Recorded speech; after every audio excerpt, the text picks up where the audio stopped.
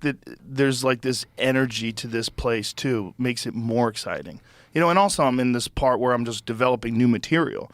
So it's like now I have to like really be invested in trying to make these new bits work. It's like when you get together an hour and you're headlining and it's killing, it's like, okay, now I just got to keep this polished and tight.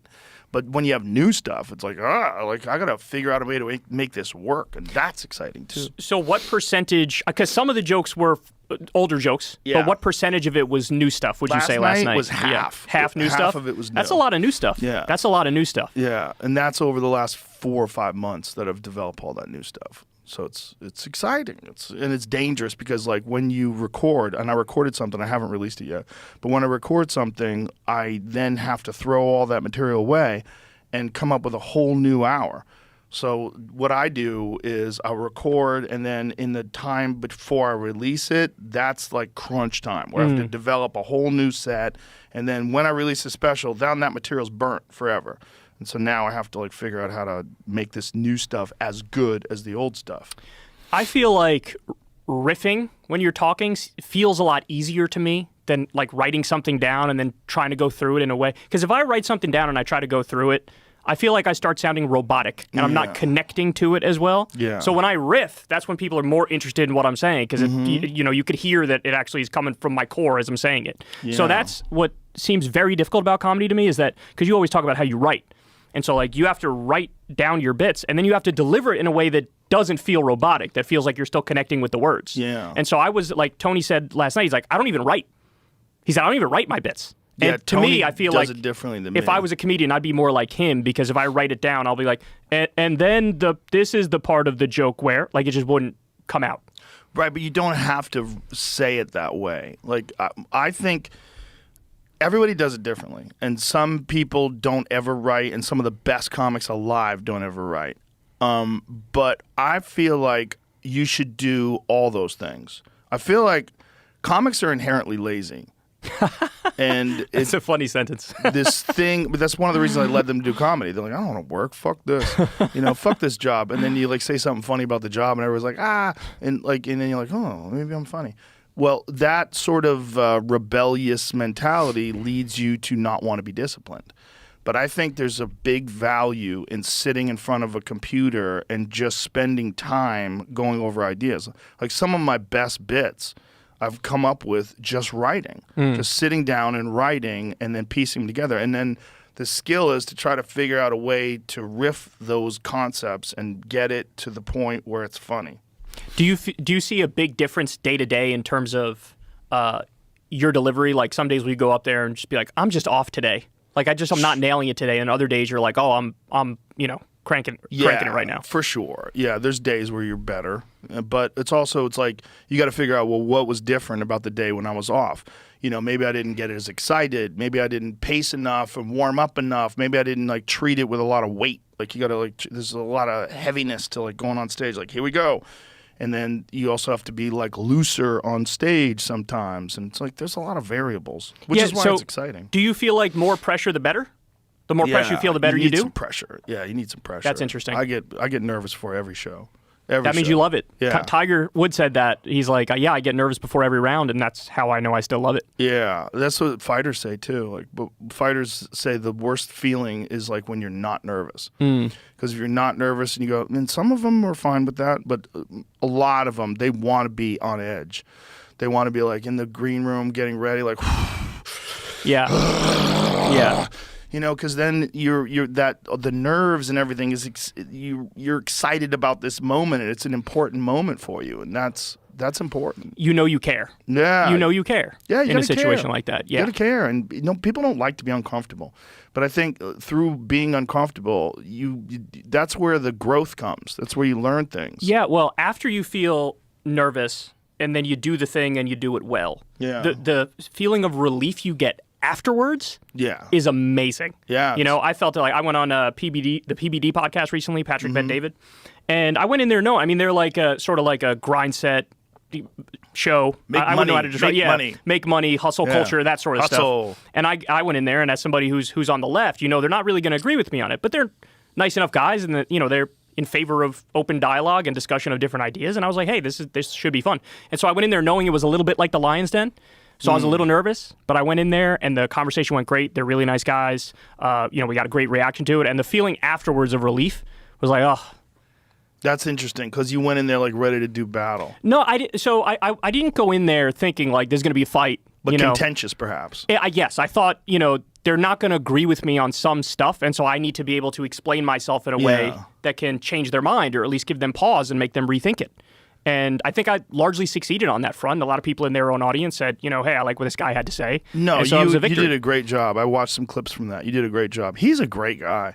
He really is a great guy. He's fair. He was fair. Genuine. Yeah, he was genuine. He wasn't trying to because some people, if you have a debate and they're different perspectives, some people will go in with like I'm going to own this person mindset, and that's not him. He just genuinely wanted to know how do you think about this? Tell me what you think about this. Even when he doesn't agree with you, he's fair. Correct. Yeah. That's right. He's a very genuine person, and that's the appeal, and that's why he's doing so well. We talked about that, the authenticity that I talked about last night with Crystal, saying with you guys and with Sagar and with Jimmy Dore, and even if you don't agree with people, what they're saying, I know that's what you genuinely believe and feel, and it's based on thinking, it's based on your research, it's based on your comprehension of whatever the subject you're talking about. This is your real opinion, and that's what people are missing in mainstream media, and that's why you guys are eating their lunch. That's why you're killing it.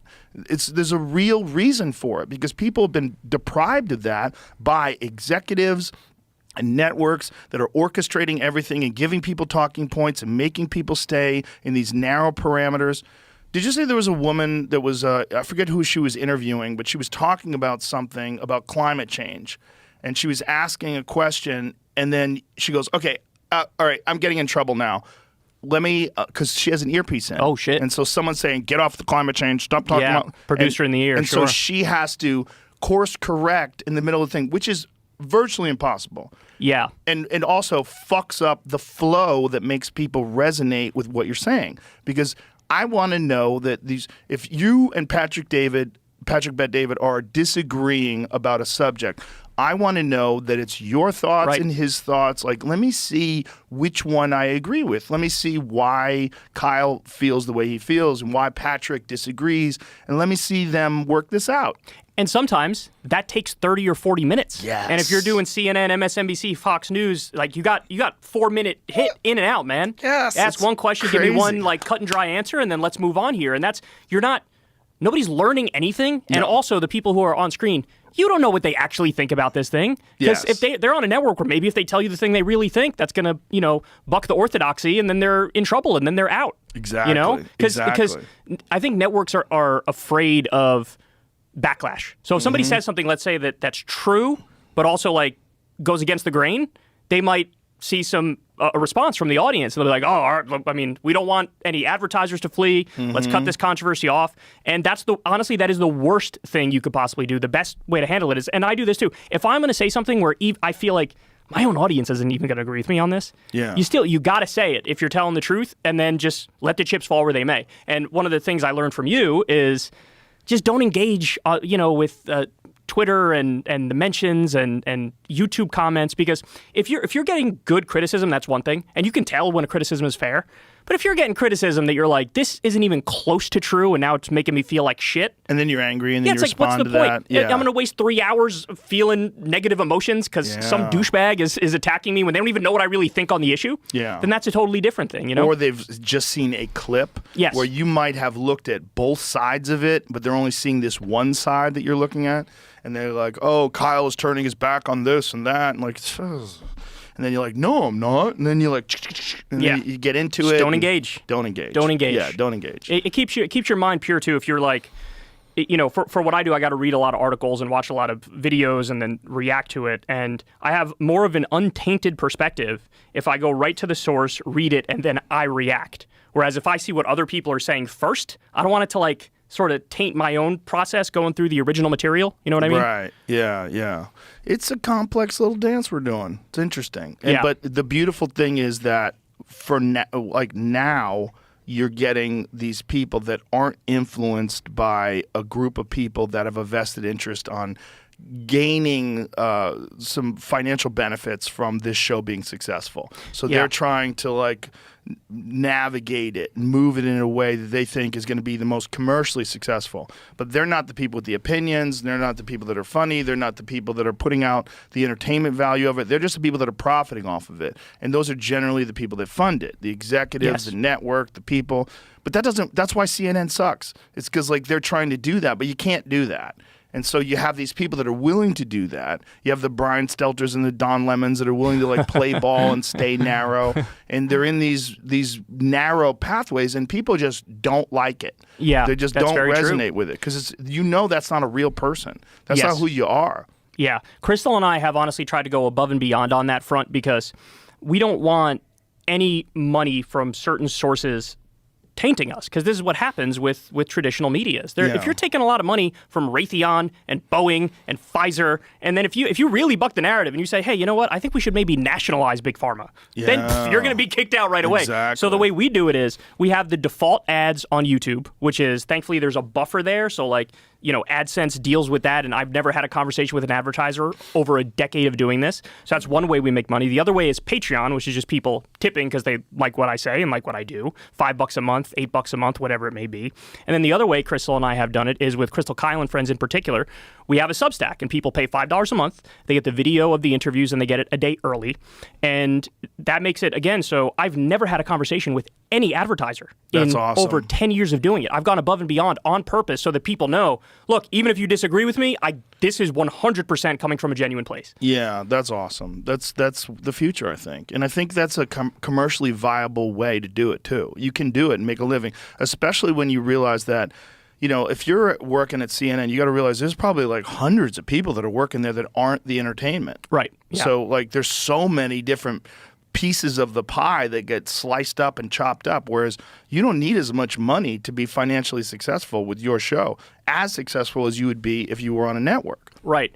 Here's the issue, though, is that YouTube, unfortunately, has set up a tiered system. So they have authoritative news, and then they have what's called borderline content.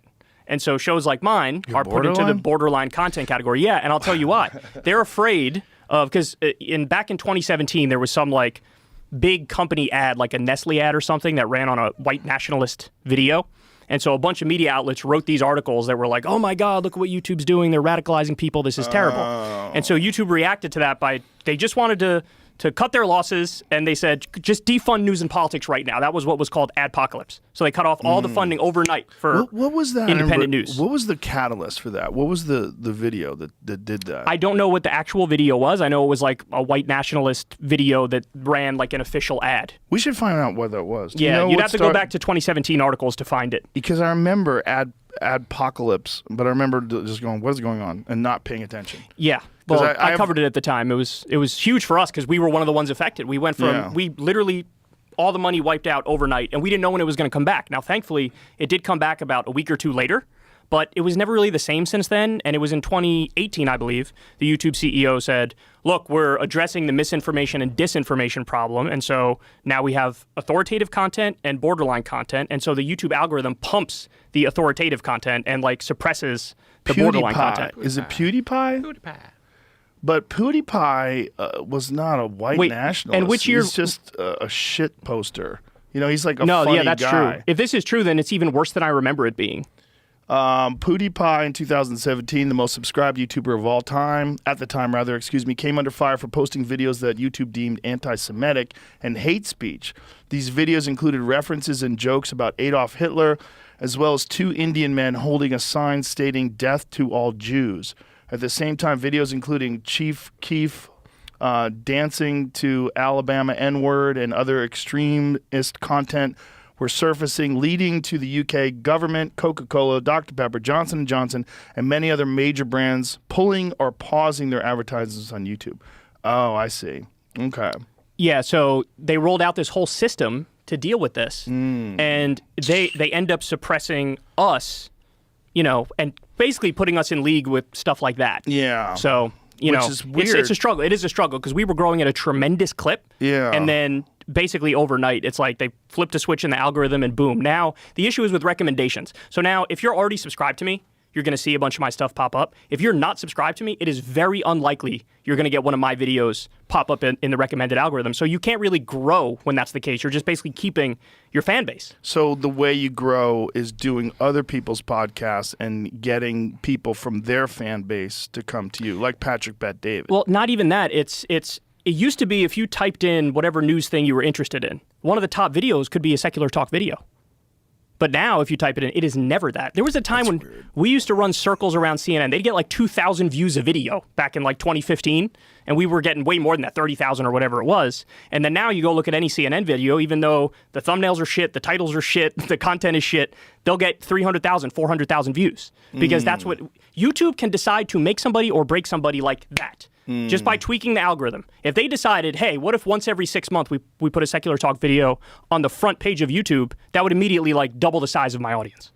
It's interesting. I wonder how much they think about that impact. And I wonder if they just look at it in terms of like bottom line, making money. That's what it is. Yeah. They're scared of advertisers running away. And look, they don't know what I'm going to say. Right. They don't know what I'm going to say. For all they know, I'm going to come out tomorrow and say, I think the flat earth theory is real. And then it's like, okay, boom, scandal. Then they suppress me even more, right? But they don't know that there's a body of work there. I put my record up against anybody else's in terms of giving the facts and the information. And then I give my take on it, of course. But the facts and the information comes first. And they just throw us in league with the borderline content. And they say, look, he's not reputable because he's not with a major media outlet. And of course, the irony is, all these major media outlets have made horrendous mistakes over the years. Not being kind by calling them mistakes. Like these are the people who cheerleaded us into the war in Iraq. Exactly. And they don't get docked in the algorithm if they do something that's incorrect. Did you see the conversation that I had with Jan Werner about that? I did not know. Yeah, there was the exact same thing where he was talking about that the government should be regulating the internet. That's crazy. And I was like, that's what crazy. are you talking about? That's anti-First Amendment. That's like the very first thing in the Constitution. He just has this idea of the government, and by government he means left-wing government only, that they're going to be altruistic and they're going to look at it the right way and do the right thing. I'm like, what are you saying? I'm like, these are the same people that brought us into the Iraq War under false pretenses. He's like, no, that was politicians. I go, that's the government. The government is politicians. Well, we need better politicians. Like, no. No, you need people to be able to sort this shit out. It's going to be messy. That's the thing. It is going to be messy, yeah. They want it to be not messy. There's no way. There's no way. Right. You got to accept the fact that it's going to be messy. Who's going to watch the Watchmen is the old saying. Yes, so like you set up this like, this overlord group that gets to determine everything. But it's like, what about when they're wrong? And they're going to be wrong from time to time because sometimes the conventional wisdom ends up being wrong. Sometimes it ends up being right. But you don't know. You have to, like you said, it's going to be messy. You got to try to figure it out. And anybody putting their thumb on the scale and trying to change the outcome by, fiat from above, that's not the way it's supposed to work. Right. And it's not just that their conventional wisdom is going to be wrong. It's that they're being fed propaganda. Absolutely. And they're disseminating it. Absolutely. Ad hoc with no questioning it whatsoever, no pretense, no worry. Yeah, they have they have a lot of sources inside the FBI and the CIA, and if the government comes out with their official line, they just write it up like little stenographers. Right. They're stenographers. They're not journalists. They're not reporters. You're supposed to fact check them too. Somebody in the CIA says something, you still got to say, hey, is it right or is it wrong? One of the best examples of that is the Twitter files. You see no coverage of this on CNN. No coverage of this astounding collusion between intelligence agencies and a social media network to suppress accurate information that would harm the political party that's in power, which is fucking wild. It's wild that the news isn't covering this because, like, arguably, that's as big a scandal as Watergate. It's as big a scandal as any other times in the past where we've found that there's been some really shady shit going on that would change the way people would see a narrative. Remember when you had Mark Zuckerberg on? Yes. And Zuckerberg was like, the FBI reached out to us and they said, hey, there's going to be a disinformation dump from Russia coming. And so we were ready when the Hunter Biden thing dropped. Yeah. And it's like, okay, well, this is a perfect example of they were just wrong. They said, oh, this isn't Hunter Biden's laptop. It's no big deal.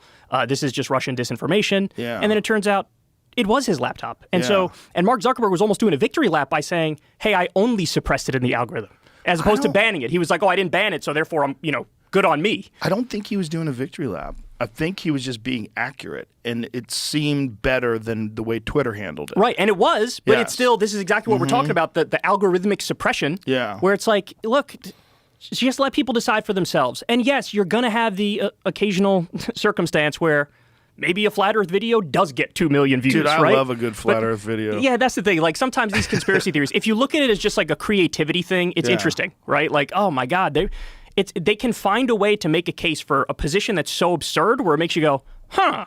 Exactly. but that's okay, right? And some people will fall down the rabbit hole, and that sucks. But I do think you have to have some degree of faith that most people are going to be like, yeah, no, this is kind of bullshit. Isn't it interesting though? Because like that kind of stuff doesn't work on you, right? If someone talks about hollow Earth and there's dinosaurs living in the lava, and like it's not going to work on you.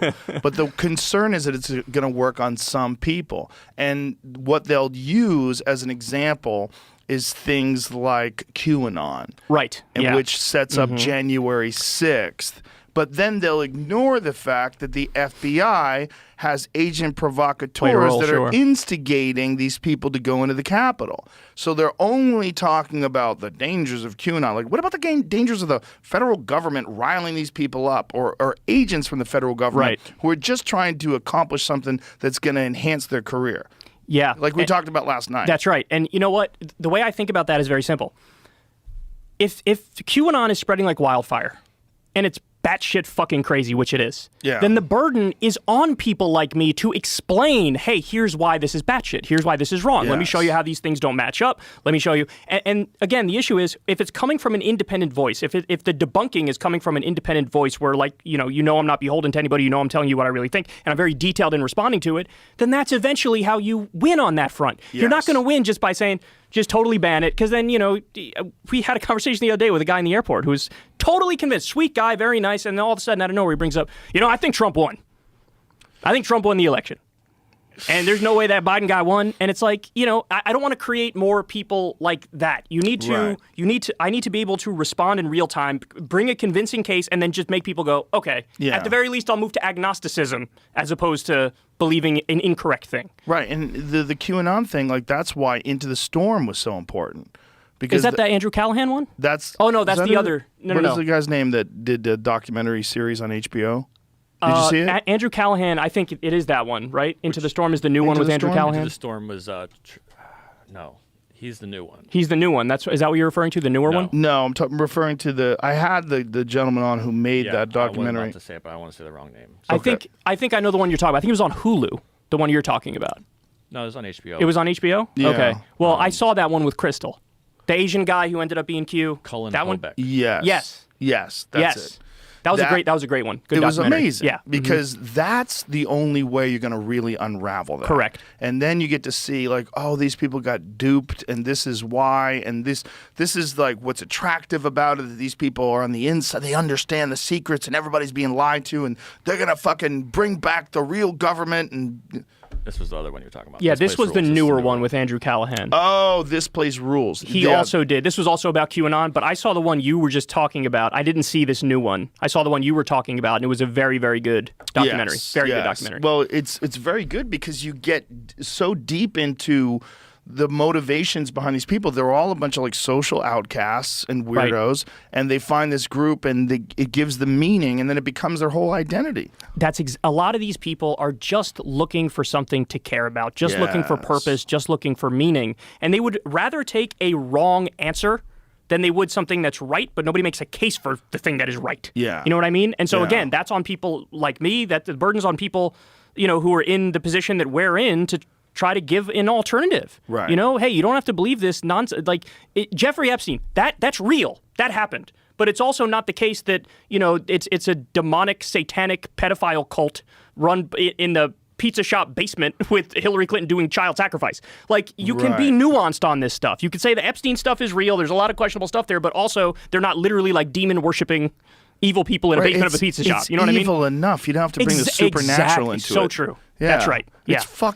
It's trafficking. Yes. It's sex trafficking. And it's also involving leaders of giant financial institutions, politicians, celebrities, scientists. I need to see that black book, that Epstein black book. Oh. You had Bill Clinton, you had Donald Trump, you had all these Gates. billionaires, celebrities, they're all lying. He was the CEO of Elite Sex Crimes Incorporated, and then he died in jail. Yeah. mysteriously. See this video with Bill Gates recently? Yes, I did. I should have had dinners with. Well, have you seen Whitney Webb's take on Bill Gates' connection to Jeffrey Epstein? It goes way further. It goes way back. His wife has blown the whistle on this and was like, yes. Oh, Bill Gates is saying he just had a couple dinners with him or whatever. His wife's like, let me tell you something. That's not true. Yeah, he was really close with him. Not just close with him, but went to the island. He knew him very well. They had all sorts of business dealings together for quite a long time. It goes way back. You know, he knew him. He knew him early on. Like Whitney Webb was like, she was on Russell Brand's show recently, and she went into great detail. She's fascinating. Like she can pull up data and information off the top of her head. She's like such a good researcher, but just absolute facts about the connection between Gates and him. Yeah, it's a lot of very famous, very wealthy people. Yeah, and I mean the guy had an island. An island. Like, who has an island? What are we talking about here? Do you know the bit that I'm doing on stage now about that? That like, you know, people saw Clinton there and like, oh, we're fine. Clinton's That's such a great point. I was laughing hard at that line because it's so true. Yeah, it gives the feeling of like, oh, like our former national daddy figure is here, so like it's everything's okay. One of the things that people will do to try to get me to come to a thing is they'll tell me, hey, this guy's going to be there. That guy's going to be there. Like they'll send me an email. Hey, Joe, are you interested in coming to our event, our thing, our retreat or whatever? And blah, blah, blah is going to be there. And from this band and that comic and this thing. And it's like you go, oh, well, that famous person's going to be there. I can be there too. Right. That's how they try to get you. Talk one person into doing it that's prominent and recognized. And then you're like, oh, well, I will be in good company if I go there. Yeah. You know, and I think that's what they did. Yeah, you know, I've seen some pretty convincing stuff that Jeffrey Epstein was actually Mossad, Israeli intelligence. I've seen that too. Yeah, there was an article, I forget where it was. It may have been Daily Mail, which is a questionable source, but they were talking about how Jeffrey Epstein was meeting with like a former Israeli prime minister. Yeah. So, I mean, he also was meeting with U.S. presidents too, of course. But I think there's some reason to believe that this guy, because if you have dirt on everybody, why do you have dirt on everybody? It's just what exactly is going on here? The craziest thing that they murdered that guy in jail, and it's just like sweep.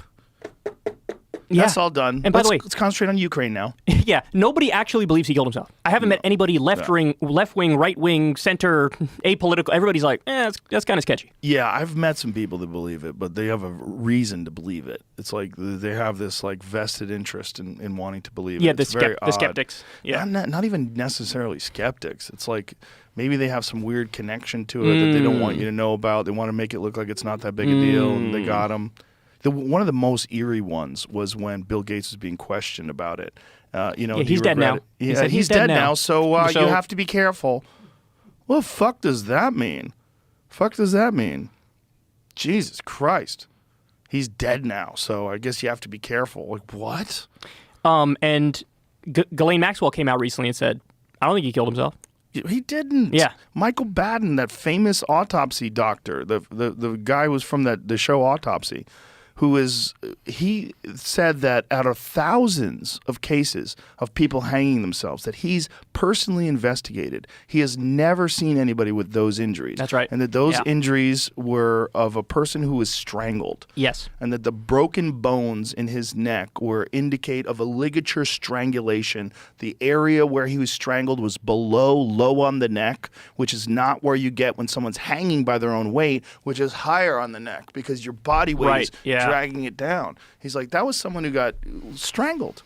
And the security cameras were magically not working. Yeah. Right? Magically not working. The guards were somewhere sleeping or something. And there was wasn't it like some former cop like Juicehead who they think did it? Well, there was a former cop who was a giant dude who was his cellmate who I think he murdered people. I think that's what he went to jail for. What did that cop... The cop was fucking jacked, too. Yeah, he was. And he's still getting the sauce in there behind bars. I don't know if he was still jacked in jail. Was it an old picture in the article I read? I think it was. Okay, gotcha. But he was a corrupt cop. And if you're a corrupt cop and you're involved in drug dealing and this and that, you probably murdered a few people. You know, and if what'd they offer him? Maybe they gave him juice. They say, listen, brother, I know they're getting him on the cheap if that's all they gave him. He could ask, this guy. Look at the size of that motherfucker. Jesus Christ. They contend that Tartaglione over here. I don't know what the article is about. Tartaglione tried to help Epstein would have been powerful mitigation in the penalty phase if he was found guilty of any death-eligible charges.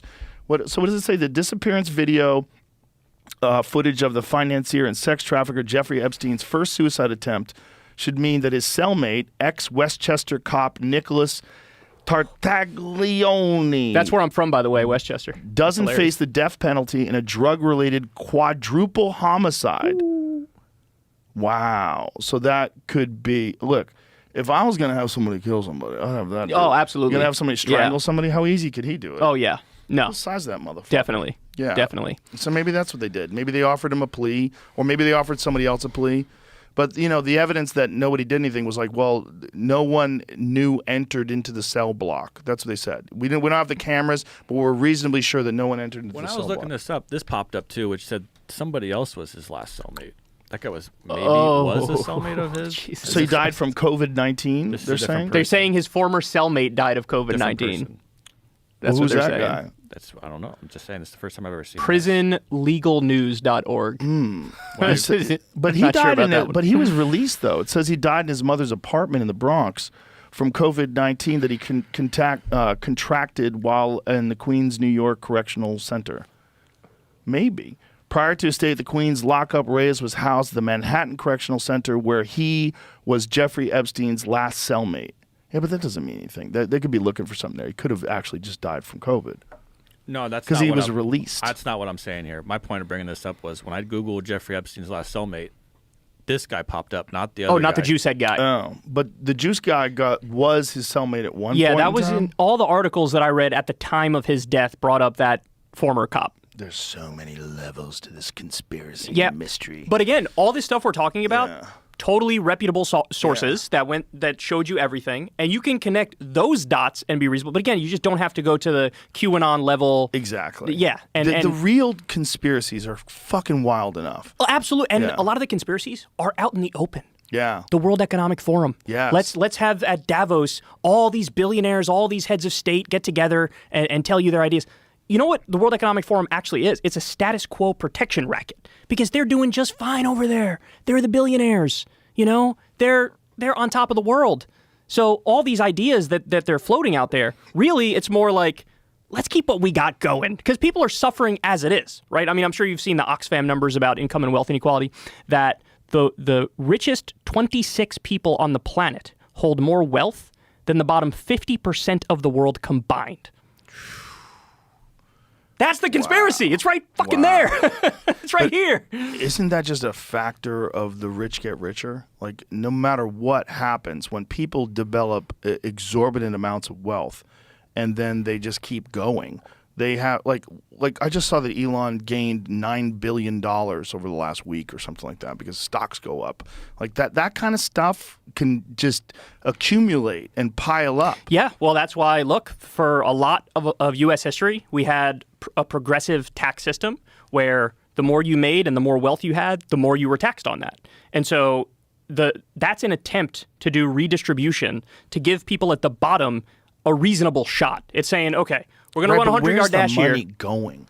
The problem is where's the money going and who gets to decide? Back in the New Deal days when we had FDR in power, that money went to jobs programs and went to infrastructure and went to unemployment insurance, went to actually help people. What you're concerned about, which I think you're right to be concerned about, is a lot of that money. There was a report that just came out. The Pentagon can account for 59% of the money it's received. That's not a lot. They still have 41% that they know where it is. It's literally trillions of dollars gone. I'm a glass half full guy. And then, or 41% full. I'm sure you remember, too, when Biden did probably one of the best things he did, which is pull out of Afghanistan, the fucking meltdown from the media, the fucking meltdown from the military-industrial complex. They were attacking him over and over from the perspective of, what are you doing? Why are you leaving? This is crazy. You sure you want to do that? Look at all the chaos that's happening. Oh, my God, you might want to go back in.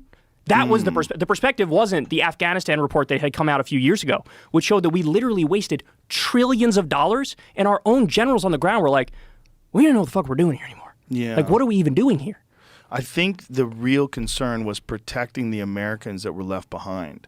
and protecting the people that worked with the Americans, the people that helped them, because they were all murdered. Yeah, tens of thousands of them, of the Afghan people who helped us, did end up getting left behind. And they're tortured and murdered. I mean, there's some horrific stories from some of my friends who were over there aiding in the extraction of American citizens that were stuck there. The way it was done was very scary. So here's the issue with that, though. Like, I don't know. It was always going to be this messy when you get out. I don't know if that's true. I do think it's true, because there's so much money invested in staying over there. Yes. I mean, there's Raytheon, Boeing, Halliburton, Yes. these people are making so much money staying there, and I guarantee you, not a single staffer of Biden's was telling him, hey, you're right about this. They were all telling him, don't do it. Don't get out. You're causing a political headache for yourself. And he did, because the media hammered him, and then his approval rating dropped, even though that was an issue where if you polled people beforehand, like 60, 70, 80% of the country was like, yeah, we need to get out of Afghanistan. Yeah. So it's one thing where he actually stood up to the deep state. He stood up to the military-industrial complex, and then he got shit on relentlessly for it. I understand it was a mess, but the alternative is staying there 10 more years, 20 more years, 30 more years. I mean, we got our infrastructure is crumbling here. Why are we spending trillions of dollars over there? Yeah, I don't think anybody reasonable disagrees with that. I think the reasonable perspective is, was there a way to get those American citizens out first? Yeah. And should that have been done? A lot of them did get out. Jamie, if you could look this up if you want. I remember that. So the worst thing that happened was the attack as we were leaving. There was some like ISIS attack on an airport. And then what Biden did was super fucked up, because he said, oh, we're going to attack them back. And he did a drone strike on a house and said, oh, we got the ISIS guys. And then it came out that was all, they were innocent civilians. Yeah. They just bombed innocent civilians. What are the numbers on drones? The drones' innocence to actual people they're trying to target. So we know it. We know so what it is. Nuts. There's a guy by the name of Daniel Hale who worked for the government, and he was a whistleblower, and he showed the numbers under Obama were killing 90% the wrong people. And so he released that, and you know what happened? They put his ass in jail. Why? Because he's leaking classified information. Oh. So they put him in jail. And he's then, by the way, in jail now? Yes, he's in jail right now. And the people who actually were doing the drone strikes and killing 90% of the wrong people, they are not in jail. I know, that's a rough one. Pardon Daniel Hale, commute Daniel Hale sent. It's like, get him out of there. He's right up there with Julian Assange, Edward Snowden, like all these names that a lot of people know, where it's like, hey, they're kind of getting a raw deal here. This guy Daniel Hale is right up there. Do you think that with all the information that's available now and these narratives that do get discussed, like what you're saying, what we're talking about, what you talk about on your show, that more people are informed of that now, so it makes it more difficult for them to do that, and ultimately that stuff will diminish over time? It's just the people with actual power don't give much of a fuck of what I have to say or others like me have to say. But they give a fuck about the American people. If the American people don't vote them in anymore because they're upset about that. Well, this is more what we call the deep state. So CIA, like the people behind the scenes, the Pentagon, the people who are sort of there from administration to administration, and they're not dependent on elections. Like, these are the people who they throw the book at a guy like that, you know? Because if you leak something that makes them look good, it's fine that you just leak classified information. You leak something that makes them look bad, like Daniel Hale did, and they'll rain holy hell on you. It's very disturbing when you find out these egregious missteps of justice where people get imprisoned for leaking information and discussing information, or the Stephen Dosinger case. Oh, yes, that guy. We've had him on Crystal Kyle and Friends. Amazing story. Crazy. Yeah, he basically is like, if you really get down to the bottom line Explain to people what happened. Yeah, so he was imprisoned for basically showing how, I think it was Chevron, one of the big oil companies, flat out poisoned, I think it was Peru. You might want to fact check me on that. I'm not sure it was Peru, but it was one South American country. They basically poisoned the water supply there. They were doing all these terrible practices, polluting everything. And he stood up against them in court and won. And then basically, the empire struck back and went after him, and he ended up in prison. Yeah. Basically for blowing the whistle on this and getting him out. So here it is. Ecuador. I'm sorry. There you go. Not Peru. So Dosinger, an American attorney known for his legal battles with Chevron, particularly Anguinda versus Texaco Inc. and other cases which he represented over 30,000 farmers and indigenous people who suffered environmental damage and health problems caused by the oil drilling in the Lago Agrio oil field of Ecuador. The Ecuadorian court awarded the plaintiffs $9.5 billion. Yeah. $11.5 billion in 2021 dollars in damages, which led Chevron to withdraw its assets from Ecuador and launch legal action against Dozinger in the U.S. In 2011, Chevron filed, so this has been going on for 12 fucking years, filed a RICO anti-corruption suit against Dozinger, which is wild, in New York City. The case was heard by U.S. District Judge Louis A. Kaplan, who determined that the ruling of the Ecuadorian court could not be enforced in the U.S. because it was procured by fraud, bribery, and racketeering activities. Now, that's all bullshit, just so everybody knows. There was no fraud, no bribery, no racketeering. What happened was the people who were corrupt went after him and said he was corrupt. Yeah. And the judge was corrupt who put him behind bars. And he just recently got out. Yeah. But this guy went through fucking hell because he exposed that Chevron was flat out poisoning people. It's great. So he was placed under house arrest in 2019 while awaiting trial on charges of criminal contempt of court, which arose during his appeal against Kaplan's RICO decision when he refused to turn over electronic devices he owned to Chevron's forensic experts. In July 2021, U.S. District Judge Loretta Preska found him guilty, and Dozinger was sentenced to 6 months in jail in October 2021. While Dozinger was under house arrest in 2020, 29 Nobel laureates described the actions taken by Chevron against him as judicial harassment. Human rights campaigners called Chevron's actions an example of strategic lawsuit against public participation. SLAP lawsuit. In April 2021, 6 members of Congressional Progressive Caucus demanded that the Department of Justice review Dozinger's case. In September 2021, the United Nations High Commissioner of Human Rights stated that the pretrial detention imposed on Dozinger was illegal and called for his release. Having spent 45 days in prison and a combined total of 993 days under house arrest, Dozinger was released on April 25th, 2022. So let me also add, so yes, he spent 993 days under house arrest. Now, the actual laws they're accusing him of breaking, it would have been like a max, I'm going to butcher this, but it was like a month or something. So they kept him under house arrest for 993 days, then he actually went to jail, but even if he had gotten a max sentence, if he had the trial right away, it would have been like a month or something like that. And more importantly, what that does is it scares the fuck out of anybody that's thinking about doing something like that in the future.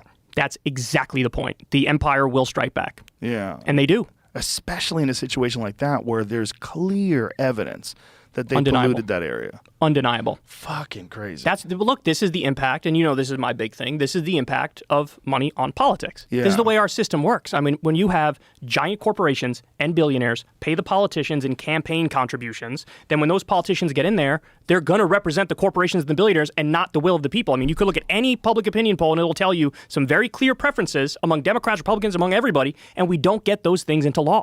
The stuff that goes into law is a new tax break or subsidy for a giant corporation or another bailout for Wall Street. Like, that's the stuff that's prioritized because that's what these people are getting paid by. Like Nancy Pelosi, for example, she has like an 18% approval rating. She was a leader of the Democrats for so long, all because she raised the most money. She has the most connections with the corporations and the billionaires, and so that's why she's at the top of the party. It's not because she actually has people who like her and support her.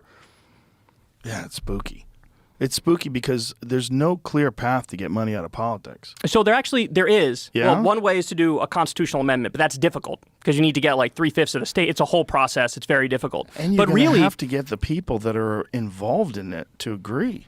Yeah, I mean, so there's this thing called clean elections, which is you ban all the private money, everything is funded by the public, and you're allocated a certain amount, and then you really have a debate and a battle of ideas and different policies, and whoever wins, wins. The fact of the matter is, we used to have laws that limited corporate money in politics. There was it's called the Tillman Act. I want to say it was like 1907 or something like that. They said, yep, no corporate money in politics. No corporate money. But what happened was the Supreme Court came along in the 1970s, and then in subsequent cases after that as well. Buckley versus Vallejo, Citizens United, Bilotti. There were a bunch of cases where they basically said, yeah, we're going to go ahead and claim that bribing politicians is free speech. They claimed it's a free speech issue. So if a billionaire wants to give $200,000 or whatever to a PAC or a super PAC or a candidate, it's like, hey, that's their right to do that. Yeah. And you're just going to drown out. There's some grandma in Cleveland who donates $15 to a politician and wants her Social Security not to be cut. And those voices are just drowned out. The bribing is so fucking blatant, too. It's so strange, these contributions that people do. Like Sam Bankman-Fried, for example. You know, that that was so bad. so bad. It was all scam. Everything was a scam. So crazy that was going on for so long, and unless that Binance guy went after them, that would have kept going. That's right. It would be going on right now. He's the one who kind of exposed all of it. Yeah, and meanwhile now they're exposing him, and now his company's falling apart. Well, look, I'm no expert on crypto, but there are many experts who do say like TikTok. The whole crypto industry may implode eventually. Yeah? Yeah. I mean, like I said, I'm no expert on it, but a guy named Matt Stoller, he basically says, like, the whole thing is bogus. Like, everything is, like, FTX, Sam Bankman-Fried. Like, it's all garbage. Well, if people agree that it's money, that's the thing, right? If people agree that crypto is money and they use it and exchange it and buy things, then it becomes established. One of the problems is it's a very tiny percentage of it that's actually used as currency. It's like less than 10%. Bitcoin, for example, which is like the most established one, people don't actually use it as currency for the most part. It's a speculative investment. And then now you have interest rates going up. That's affecting everything that's speculative, and they're all going belly up. But the idea behind it, people want a decentralized currency that's not controlled by the government. And so this is the reason why they created it in the first place. And the idea behind it is that we could put it in this decentralized form where we all agree that this is money and it's not being influenced by anyone else, and you can exchange it. And with Bitcoin, there's a limited amount of it, right? So there's a benefit in that you really can't like raise it and you can't make more of it. This is it.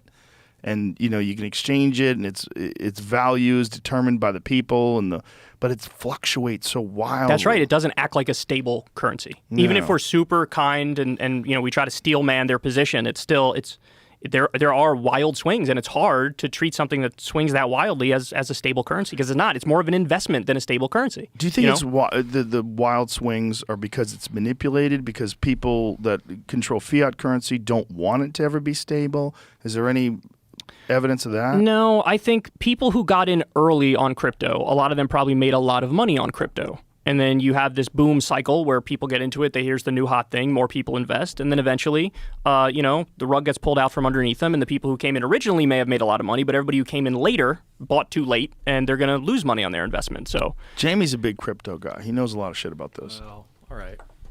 All right? We'll see. Jamie's the #1 crypto guy in the world, and he's. I look at it, but I don't try to speak out of. I hear things and I believe what people are saying, but I also watch. To me, it's very speculative. I see problems happening all the time. Yeah. I don't understand why certain things happening. I'm googling right now. Why is or can you manipulate Bitcoin? And people are saying that's the only reason it's going up right now. But I haven't heard anyone lay out a plan of this is how they manipulated it. So they're saying it's going up because people who hold it are manipulating That's it. Yeah, just a generic Google though. I don't know who's saying that. Well, look at NFTs, right? Yeah. That's one where most people were like, get the fuck out of here. Really? Yeah. You got a cartoon drawing of an ape with a captain's hat on. It's $1 million. And this shit is worth $200,000. Justin Bieber lost hundreds of thousands, millions of dollars. That's that's a whole other part of what was going on that I don't think a lot of people understand that. For instance, just briefly, they were giving celebrities the NFT. Yeah. Mm-hmm. Giving it to them though. I don't know that a lot of them paid their own money for it, So he didn't lose money.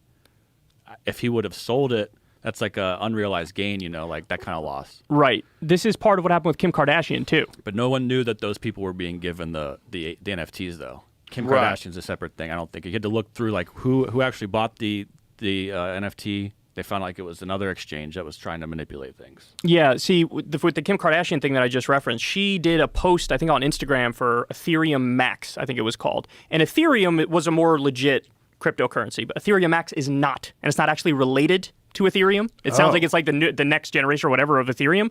And so she got paid, I think it was $250,000 to promote this. And long story short, the FEC fined her ass because it was a total scam.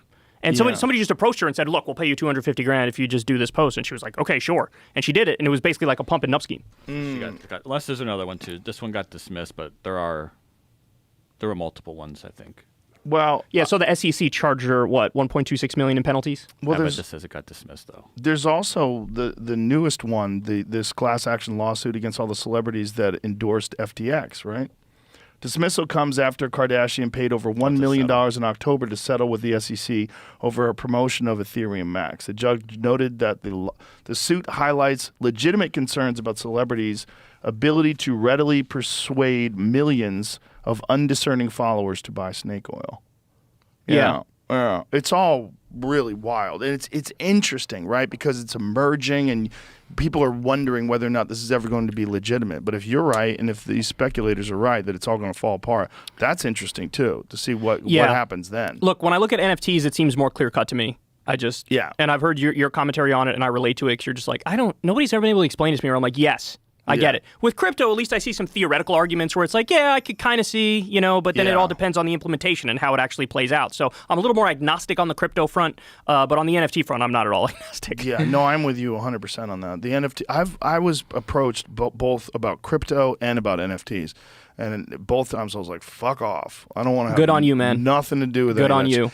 If I don't understand, like if someone says, hey, we have this amazing new protein powder, it's sugar-free, it's really good for you, it's got all these amino acids, and I can look at the data and I go, okay, I'll take that, and then I'll take it and try, or okay, I'll promote that. That makes sense to me.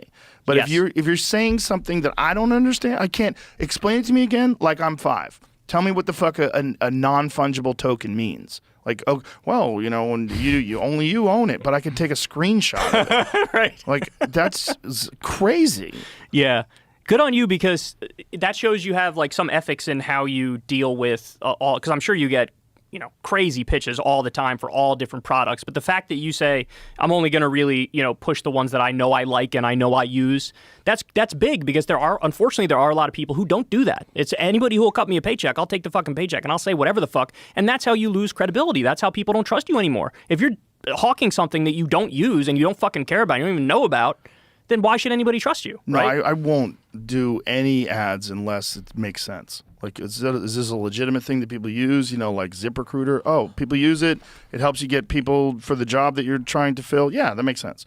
But whenever it gets weird, I'm like, what are we talking about here? Yeah. And like, is this regulated? Where does this go bad? I mean, do I have any personal experience in it? I don't. Well, what does anybody that makes sense? And then you see all these people that have a vested interest in it succeeding, and they're making these exaggerated claims, and like, this seems like fucking bullshit. Yeah, there was a few exposés recently that were really interesting. One of them was like some company was claiming it's like high quality Japanese steel knives. Forget the name of the company, but somebody did an investigation and were like, this isn't high quality. This isn't Japanese steel. They're flat out lying. And a lot of YouTubers were pushing this stuff and podcasters were pushing this stuff. And everybody, you look like a fucking dunce when you get caught like that. But for knives, like, is it sharp? Does it cut things? Like, what are we talking about? Like, a knife is a simple thing. Like, that's true. If you're going to make a claim, though, it's got to hold up. You know what I mean? I guess so. You can't say it's sourced from this place and it's not sourced from there. Right. You're getting some cheap-ass steel and it's supposed to be high level. It's just fucking, it's sketchy. It's not right. Yeah, well, this is like, there's always going to be that, right? It's always going to be hard to figure out what's valuable and what's not valuable. The other thing was, they were selling, like, you can become a lord in Scotland or something like that. Remember that? Do you know what I'm talking about? There were, And people were doing the ads, and it was, I remember looking at it the first time, like, what the fuck? Like, what are you talking? It's like the same thing, like, oh, buy a star. Right. Remember that? Right. It's like, bitch, you didn't just buy a star for $17.99 or whatever. Like, there is a very fucking robust system where they name stars. They're not going to name the Kyle Kolinsky star. They just give you a piece of paper and you spent $500 for that or whatever it is. Yeah, it's an interesting world when it comes to advertising. It's an interesting world when you try to figure out like what's legit and what's not. Yeah. I mean, like I said, I think there's degrees, and the thing I respect the most is if people only do, hey, I use this, I like this. Well, we were talking last night. You guys were explaining to me about this Indian guy who's one of the richest men in the world. Oh, yeah. So Crystal knows more about that than I do, but apparently the guy he's the fourth richest guy in the world, giant dude, and his whole company, it's coming out now, is just a total scam. The whole thing's a scam. Yeah. There's a lot of this that goes on, Joe. There's a lot of this, crazy fucking scam artist bullshit. A lot of our economy is just scam artists. I mean, look at the 2008 crash, right? Yeah. That was all just because total lack of regulation. Everybody thought Wall Street's the smartest guys in the room, bro. They're just doing what's right by everybody. It's like, no, they're the greediest fuckers in the room. Adani, how the billionaire's empire lost $100 billion in days. Holy shit. So Indian billionaire, how do you say his name? Gautam Adani has sought to reassure investors after his company pulled a surprise by calling off its share sale.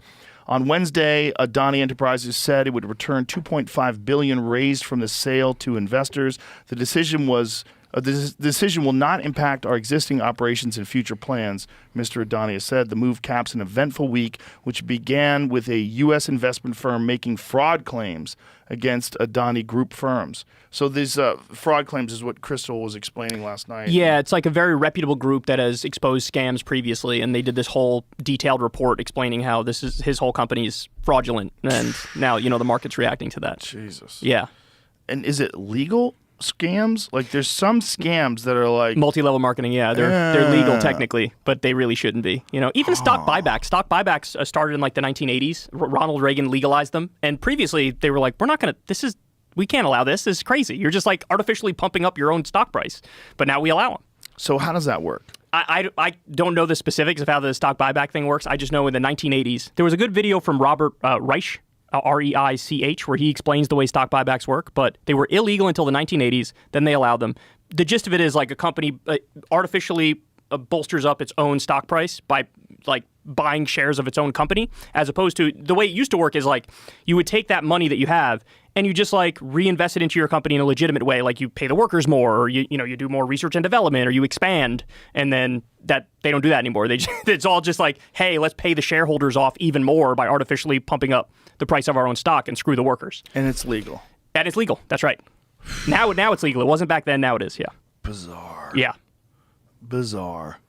Like, how does it all like? Do you envision a real potential time where they get money out of politics, and that these kind of things become illegal again, and that there's some sort of sanity is achieved? So, I mean, that's a great question.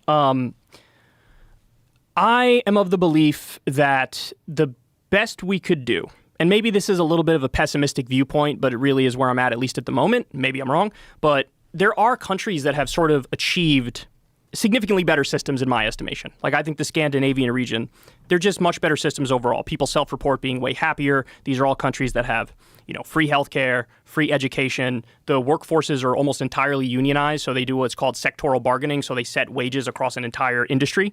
And what happens in that scenario, they don't even have minimum wage laws in these countries because they don't need it, because everybody's part of the union. They make more than whatever a minimum wage would be. And so when I look at those systems, I think like that's what I like, because, there was a time too in the U.S. with FDR, with the New Deal, we were on that path. We were on the path of like, we're going to create a vibrant, thriving social democracy here. We're going to have beautiful infrastructure. People are going to get paid well. We're going to have a thriving middle class. And then with the neoliberal era, all of that was rolled back. You have the introduction of money into politics. You have basically, we became a giant corporatocracy where billionaires and corporations run the show. People never get the things that they actually want. So in my opinion, what you need is sort of like a grassroots movement on specific issues to achieve specific wins. So, one of my big things is universal healthcare. We are literally the only developed country in the world that doesn't have universal healthcare. There's a Commonwealth Fund study that comes out every few years, and they find that we rank 11th out of 11 of the countries that they study when it comes to our healthcare system. So we know how to do it, and there are experts in the world who can construct much better systems, but we don't do it, again, because of the influence of money in politics. The health insurance industry buys the politicians, and so they keep scamming. I mean, Big Pharma is like the biggest scam going. For over the past 20 years, you've had a situation where they make sorry, hold on one sec. Over the past 20 years, it's all tax money that funds new medicine. All that comes out of tax dollars. So what happens is you have grants go to universities, and they do the research, come up with the new drugs. Then Big Pharma swoops in, buys up the intellectual property rights for those things, and then sells it back to us at a colossal profit. So we pay for the research up front, and then they charge us on the back end. It's crazy. So there's an example. I covered a story recently. There's a drug in the UK, a cancer drug coming out of the UK. It costs about $200 in the UK. This is a drug that's existed for decades now. We pay $38,000 for that drug here. Holy shit. Total scam. It's a total fucking scam. You can look it up. It was a Raw Story article. It's a drug for a specific kind of cancer. Type in like Raw Story 38,000 cancer drug, $38,000 cancer drug. Yeah. And that's just one example, Joe. I mean, there's so many examples of like, it's just a giant scam. They're a middleman. $38,398 for a single shot of a very old cancer drug. $38,000. That is so crazy. Wow. Prostate cancer. There you go. Wow. Okay. Well, we're going through the article there, but that's all the above. Insane. Absolutely insane. So my answer is you need dirty. A grassroots movement to try to get universal health care. You need a grassroots movement to try to get a higher minimum wage or get sectoral bargaining across the country. Like, there are things that we can do that would fight back. Now, honestly, when you talk about Joe Biden, he is largely a status quo protector.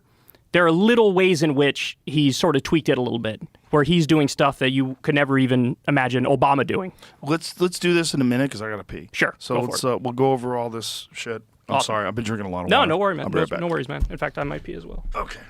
And we're back. Okay. Feels good, doesn't it? Yeah, it's so hard to concentrate when you have to pee. Mm-hmm. So, I was saying, in some very interesting ways, Biden has broken with neoliberal orthodoxy. Like, for example, the reduction of student loan debt. Never before could you imagine a scenario, even under Obama, where he'd be like, let's just wipe out $10K, $20K. Is that been implemented? No. So what happened is he did it via executive order, and he did it using COVID justification. So when Trump was president, he actually reduced some student loan debt. It was for like specific categories, like if you were a disabled veteran and stuff like that, they would reduce your student loan debt. So Biden used that same justification that Trump did. Some COVID justification, like, hey, the economy's rough, people are struggling, we're going to wipe out some of this. And what happened was it went through the court system.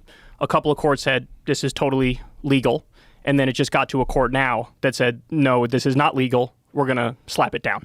And so it didn't work. But under the 1965 Higher Education Act, he actually does have the right. The education secretary has the right to wipe the debt slate clean because the federal government owns about 90% of student debt. So they already have the authority, but I don't think Biden used the most straightforward interpretation of the law in order to do it. So they very well may strike it down, but he could just turn around and say, okay, I'm going to do the exact same thing using the 1965 Higher Education Act, where I do have the authority to do it. Is there plans to do that? I don't know, and this is the thing about Biden, right, is like, he also is a status quo protector. There's some little ways in which he's broken with orthodoxy, but, in other ways he hasn't. So, I mean, I could go through, I'll give you, let's go through the bad stuff that Biden did. Okay. So he ran on him to get us back in the Iran deal because Iran, Obama made a deal with the Iranian government. Hey, we sanctioned you. We're holding your money. We'll give you back your own money if you promise you're not going to create a nuclear weapon, and we'll allow the IAEA, the International Atomic Energy Agency, to go in there and regulate and make sure you're not building a nuclear weapon. They agreed to it. The deal was fine. The UN comes out and says every time we go and follow up, they're following the deal to a T. Trump comes in, pulls us out of it, which is a huge problem. Biden runs on, I'm going to get us right back in it because it was working before. Now he's president, he didn't get back in it. And so now we're talking about, regime change is on the table again with Iran. We might have a war with Iran, all because Biden didn't want to hop back in this deal. I mean, Trump is primarily to blame because he pulled out of it, but then Biden said he was going to put us back in. He didn't put us back in it. Okay, so that's one thing he did, which I hate. Afghanistan, I gave him credit earlier for pulling the troops out of Afghanistan, but the thing that he's doing now is horrendous because he is sanctioning Afghanistan and keeping billions of dollars of their money from their central bank. We've just stole it, and we're holding it. The U.S. is holding it. And, of course, the reason he's doing that is because he doesn't want the Republicans to hit him and say, if he releases that money, then they're going to say, oh, Biden's funding the Taliban. Yeah. And so he doesn't do it. But as a result of this, you have, women and children and civilians are starving. I mean, the country is, in famine right now as a result of this. Is there any evidence that if they release that money, that would change? That those people wouldn't be starving? Well, if the country had more money, you would have less food insecurity. You'd have people who can eat. But it is true that, of course, the Taliban is the government there, and so they would get some of that money. Yes. How much it would be up to their discretion. I mean, I'm not sure exactly how it would work with the central bank versus the government and exactly where all the money would go, but it seems to be the general consensus that, by not releasing that money, you are sort of sentencing people to starve. So that's a huge problem. He's backing Saudi Arabia's genocide in Yemen. That's another huge problem. he said, "Oh, we're not going to give them offensive weapons anymore, but we're still giving them billions of dollars in weapons, and they're using it on civilians in Yemen." So that's another huge thing. What is offensive weapons? So that was his. See, this is what happens a lot of the time with Democrats is like, he looks at Trump, who just openly supported Saudi Arabia butchering Yemen, and was like, "Oh, that's not right. We're better people than that. So we're no longer going to sell them offensive weapons." But then he just keeps doing the exact same policy and pretending like, no, we're not using this for them to bomb children in mosques and schools and hospitals. But that is exactly what they're using it for. So it really is just a sleight of hand trick. It's the same policy. What categorizes something as an offensive weapon? I mean, I don't know. That's the thing, right? It's still the exact same, weapon shipments that we had before. So, but they're just pretending like, no, Saudi Arabia is using this to be defensive against Yemen. Oh, Jesus. It's just a lie. It's just a lie, is what it is. So that's another example of something he's doing that's terrible. Also, Trump got a lot of shit for the border and, trying to build a border wall and a policy called Remain in Mexico and a policy called Title 42, which is the pandemic policy where if somebody comes in to the country illegally, there's no due process. We just ship you right out because we're like, look, it's a pandemic, you don't get due process. So it's an emergency, we're going to ship you out. Biden actually continued Title 42. He continued Remain in Mexico, and he's filling in some of the gaps in Trump's border wall. So he's doing basically a very similar policy when it comes to the border as Trump did. So that's another thing that he gets a lot of crap for. He picked somebody who's like an anti-Social Security extremist to oversee the program. That's a problem because they might try to cut it. They might try to privatize it. I mean, to be fair to him, he's actually standing kind of strong on it now because there's this debt ceiling negotiation that's going to come up soon. And Biden is saying, we're not going to cut a penny from Social Security, but it's questionable staffing choices that he made, which many people think he might actually negotiate and do some cuts to Social Security. He hiked Medicare prices. He sent U.S. troops to Somalia. He bombed Syria. So there's a number of things that he's done that are just like, I'm a standard American president. I go in line with the empire. I go in line with the corporatocracy. But there are some things he did that are actually genuinely surprising to me because I expected nothing from this guy. I mean, this is the guy who, when he ran, he said, nothing will fundamentally change to a room full of like wealthy donors. You remember that? There was a big story at the time where he was basically saying, you're good. Like, we're not going to change too much. But under him, we have, for the first time in my life, we've actually onshored 350,000 jobs. He's done a couple policies with... what does that mean? So throughout my life, we've been offshoring jobs, which is like our manufacturing jobs, our factory jobs get shipped overseas to China, India, Bangladesh, places like that. And for the first time in my life, it's going the reverse way. There's a lot of jobs coming back here. What's the reason for that? So one of the reasons is because of the pandemic, people realized, these global supply chains are kind of a problem. Because when you have a pandemic, if China, for example, just shuts down their country and says no economic activity, and we're reliant on them for a significant percentage of the goods that we have here, it's actually a national security issue to be so reliant on them for the supply chain. And so they're like, we need to start building more stuff here. And so it's one of the few good things that he's been doing. 350,000 jobs have been onshored. To put that in perspective, under Obama, we lost jobs, and under Trump, we lost about 200,000 jobs for his 4 years in office. This is the first time in my life it's going the other way. And it took a pandemic for them to realize, like, maybe global supply chains are kind of a problem. And what did they do in order to get that to happen? Like, what policies were put into place that... So what they do is tax credits, for example, and subsidies, and like you penalize companies for shipping the jobs overseas, or you incentivize them to keep it here. And so some of the things that they're doing here are like microchip factories, electric car factories. There's a whole bunch of like burgeoning industries, and it's in places where it used to be like, the heart of American car manufacturing. They're bringing a lot of the jobs back to those areas, which is why it was interesting. In the midterms, you saw the Democrats did pretty well in the Rust Belt. And that was trending the other direction for a very long time, but it stopped and went back towards the Democrats. And I think the main reason why is because Biden was doing those policies, and so people see that there's more job creation there and there's factories that are coming back. So that was one of the good things he did. He also lowered drug prices for seniors in the Inflation Reduction Act. Now, that's got an interesting backstory to it, man, because Joe Manchin and Kyrsten Sinema are the two corrupt Democratic senators, the most corrupt Democratic senators. Corrupt how so? They take the most big money from pharma, from Wall Street. They're swimming in donor cash. And we were this close to getting lower prescription drug prices for everybody. But Kyrsten Sinema took $1 million from pharma at the last minute, and she said, I'm not in favor of lowering everybody's drug prices.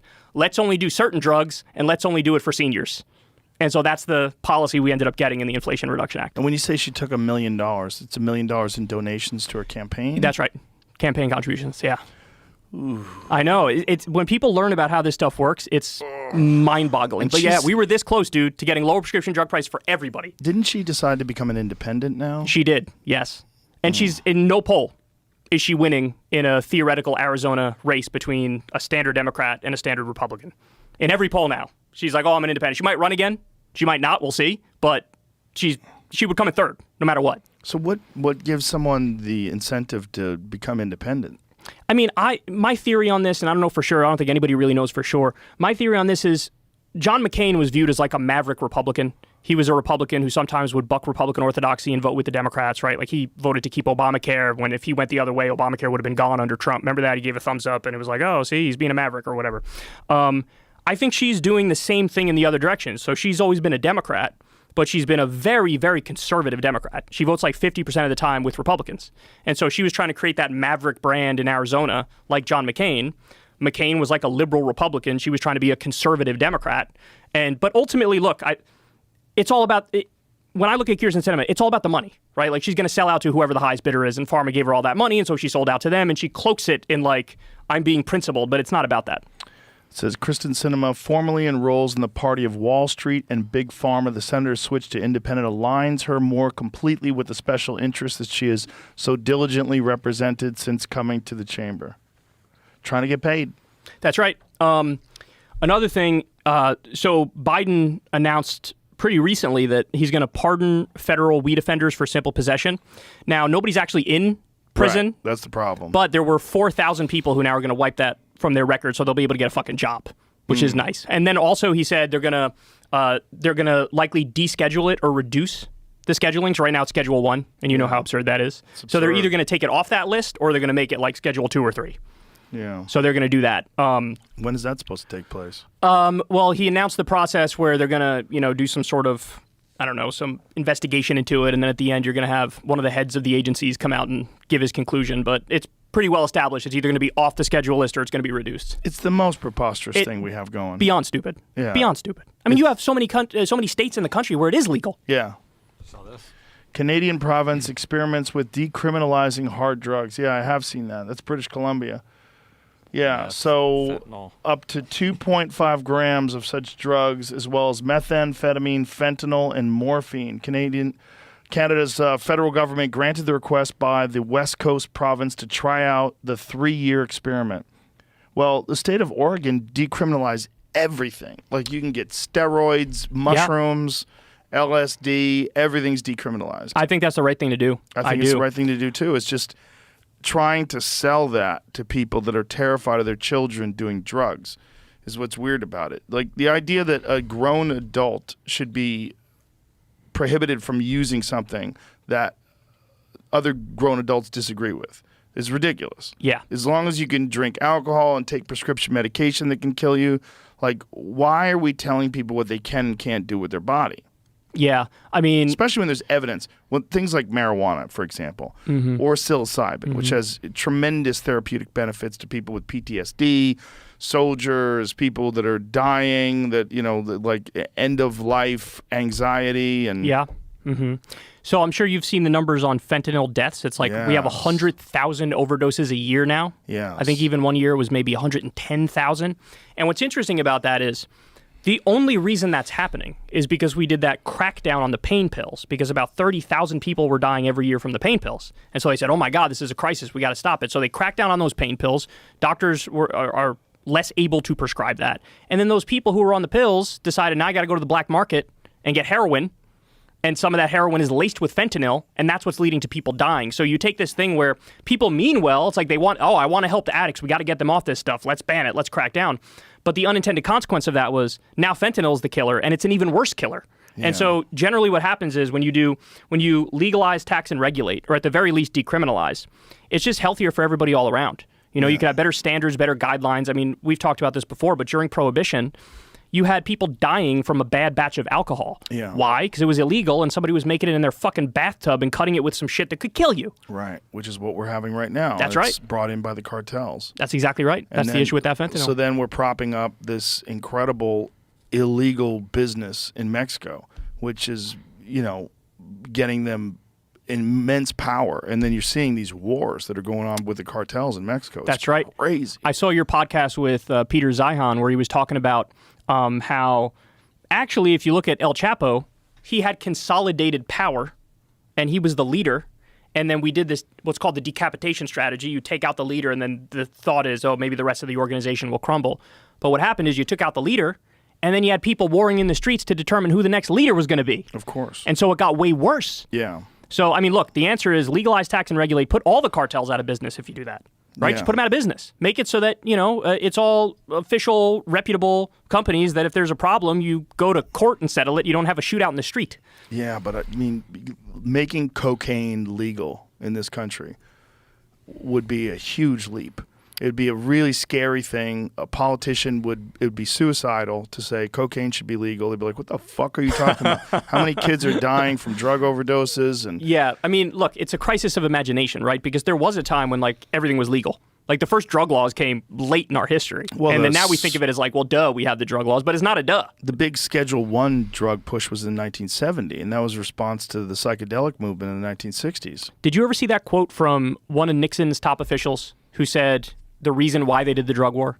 They said, look, we had enemies in our White House, and our enemies were hippie white people and black people. They were never going to vote for us. So what do we do? Well, you crack down on what you think is their lifestyle. Yes. So you criminalize the psychedelic drugs, you criminalize the marijuana, the crack cocaine, and that's how we solved our political problem, is we locked these people up, basically. The guy admitted it.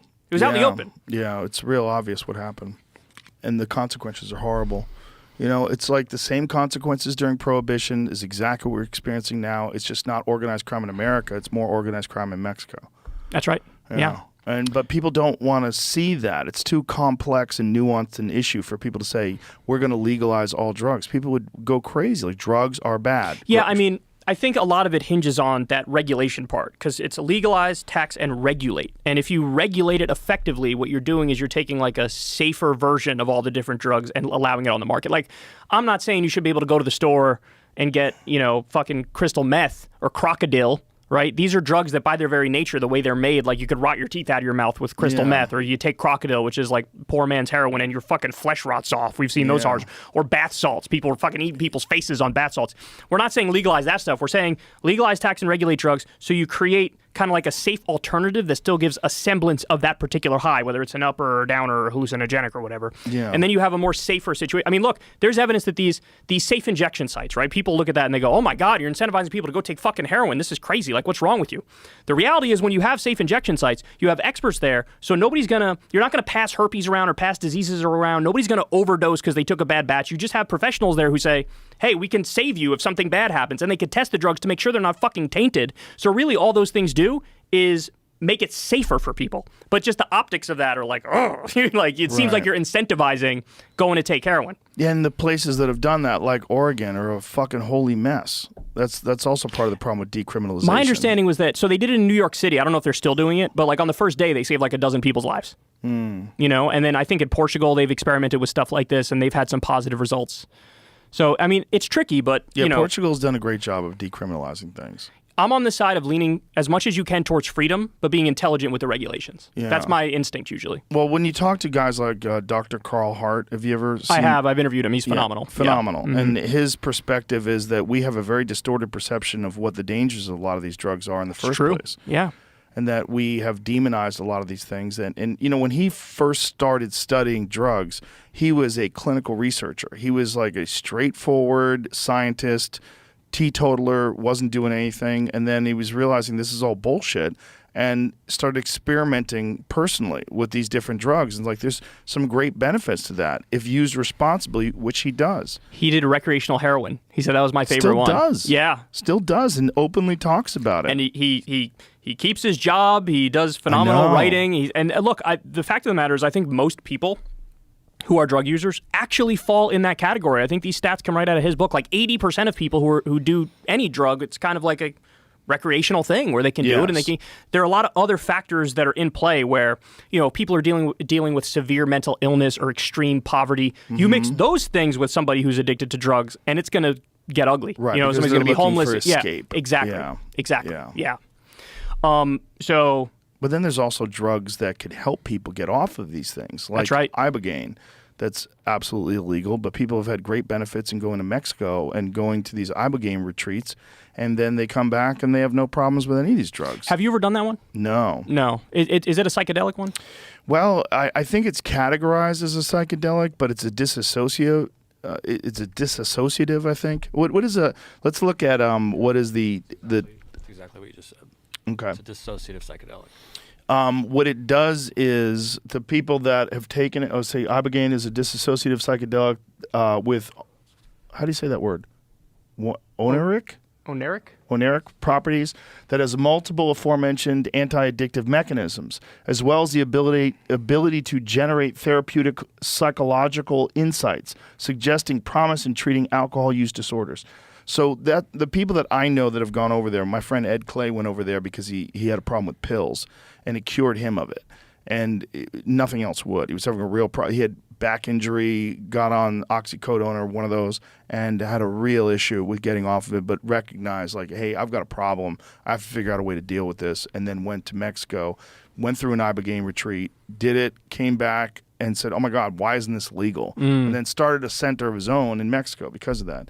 I think that what it does to people is it lets them recognize what are the patterns that's falling them into this addiction cycle, and what is wrong with them. What trauma have they experienced when they were younger that's causing them to try to escape? Yeah, it's for a lot of people, I think drugs like that are kind of like psychological resets. Yes. You know, and like you mentioned before, we've seen this. There's a whole bunch of studies coming out now with MDMA, with psilocybin, Yes. and treating people who have severe PTSD, depression, anxiety, end-of-life concerns. You know, you get diagnosed with terminal illness, and you feel like you don't even have the fucking will to live, and then you take a trip on the right substance, and all of a sudden you feel hope, you feel happy. Yes. You know, and so these things have tremendous benefit, but it's a very weird approach that we've had from the top down now for a long time, where it's just viewed as just say no, it's all evil, it's all wrong. Look, these things are benefits, man. I mean, every morning I wake up, I have caffeine. Yeah. Caffeine's a fucking drug. Yeah. Right? Like, people don't think of it like that, but it's true. You go have a Monster Energy, you have a Red Bull, you have some alcohol at night. Like, you're tweaking your consciousness in various ways, and it can be an enhancement for sure. I probably do better work on my show when I'm on a shitload of caffeine, right? Yeah. So. Yeah, but then there's people that really enjoy Adderall, which gets slippery. I used to like that. In college, I used to like that. Yeah? And then as I got older, I tried it again, and I just felt too, like, zippy. It was like an uncontrolled high. Yeah. Whereas in the past, it felt like, oh, I feel like productive, and I feel like I want to go do stuff. But as I got older, it became like, I feel too jittery. What do you think changed? I don't know. I mean, that's a great question. Life circumstances for sure. You know, when you're in college and you're going to class and you're fucking off, you know, you don't really have much direction overall, so you probably feel like a nice little kick in the butt with a upper drug is nice. But, you know, as you get more established and you know, more of a workaholic than anything else, it just feels unnecessary. You know, I could still do my work and do it well without being, like, basically high on legal cocaine. I'm just amazed at how many people are on it. It's very common, yeah. It's a very common one. Really common. Like, how much of our culture is fueled by speed? It's a lot. I mean, I feel like it started probably when I was in college is when it was first getting big. But I took it more as like a party thing. Like, I'd pop an Adderall and go drink. And man, you drink a lot when you're on it. It's not good. I don't recommend it, folks, but you drink a fucking lot when you're on that. Yeah, Shane Gillis was talking about that. It's a speedball, right? Yeah. You got the upper, you got the downer, and you're balancing. But that is dangerous. When you start mixing stuff, that's when it gets kind of dangerous, you know? Yeah. You ever had Four Loko? Don't think I have. So that was an interesting one. It was like a speedball in a can. It's almost like a Monster Energy or a Red Bull mixed with high percentage alcohol. Is that still legal? No, so they banned the original formula. Because the original formula, there were instances of like people fucking having heart attacks and shit. You know? If you drink 2 of those suckers, because they came in a big can back in the day.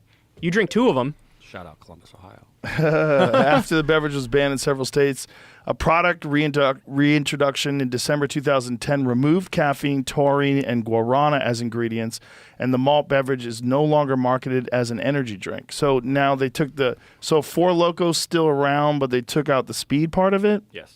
And it's different state by state, too, I think. I think some states are more lenient, some crack down a little more. And yeah, I mean, they had like, what, 3-4 different uppers in the drink along with the alcohol? You get fucked up off of it. Dude, oh my God. I ever only had one. And I was like, why is everyone talking about this? Because I left Columbus where it started. It started at Ohio State and then went off. And then everyone found out how fucked up you got. They have 4 local parties. You'd get fucked up so quick. It's I don't ridiculous. Understand what the caffeine and alcohol would do to each other. Back when I was a car salesman, fucking miserable. I didn't want to fucking sell cars, but it was like, I graduated into the worst economy since the fucking Great Depression. I graduated into the Great Recession. And I was like, all right, I guess I'll go do this. Or I had a political science degree. I'm like, what am I fucking doing selling cars? So I go to sell cars. And there were some great people. I love the people who I worked there with. And on a slow day, towards the end of the day, we'd fucking bust out. I would drink a 4 Loko at work. One of my buddies, Gary, shout out to Gary if you're still around, man. He would have a Foster's. He would drink a big Foster's can. You go to the grocery store, got the big Foster's can. And you would get fucked up, man. Holy shit. 4 Loko is back, but this time in China, where it's called Lose Virginity Liquor. Jesus Christ. Also marketed Imagine that fucking name. Imagine the board meeting where they're like, what are we going to call this? Lose Virginity. Blackout in a can. Wow. While the drink's popularity in the U.S. waned after a series of hospitalizations and other incidents, it's now being offered on China's giant online shopping portals, Alibaba and JD.com, where it's sometimes being advertised as blackout in a can. Can you order it on Alibaba and get it shipped to America? Probably, right? I don't see why not. I think people can still get it. Ooh. You can also, I think you can. We should have a 4 Loko episode. Oh, dude. Oh, man. We should do a strong high. Lose Your Virginity episode. We should do that with a Protect Our Parks one day. If you guys all drink, oh my God, you guys should get 4 Loko. It would be crazy. Find out if you can get it. It's just strong. It was 12%, which is part of what it is. Right. Like a beer is maybe 5. Yeah. 6, 7 if you're going wild. 9 if you're in Canada. Yeah, exactly. This is 12. This is almost like shots of liquor. And the problem is it tastes fucking good. Ooh. So you can down a can. Right. You can down a can and you're like, I like this. Oh, no. And then it hits you later on. Oh, you're like, no. But you like it because it's up, down. You don't know what you're doing, but you feel good. God, calling it Lose Virginity is hilarious. Yeah, they're asking to get banned, huh? Whew. Well, I guess not in China. I mean, they probably can get away with stuff like that over there. You think so? You think it's less regulated with substances? I thought they were. Because Trump, and this is Trump, so it could be wrong, but he always says in his speech, like, I asked Xi Jinping, do you have a drug problem here? Do you have a drug problem? And she says, no drug problem. We kill the dealers. And so he adds that in his stump speeches to make the argument, like, we should do that here. Kill the dealers. Which is hilarious because he did the First Step Act, which was the opposite of that. It gave people a second shot if there was some low-level drug offense. And he pardoned Alice. It was one of the best things he did. He pardoned that poor Alice Johnson lady, this grandma who was involved in some weed sale or something years ago. Remember Kim Kardashian went to the White House and was like, you got to pardon. He pardoned her. Good on him. And now he's out there like, we should kill him. Kill the drug dealers. Don't you think he's just saying that to rile people up?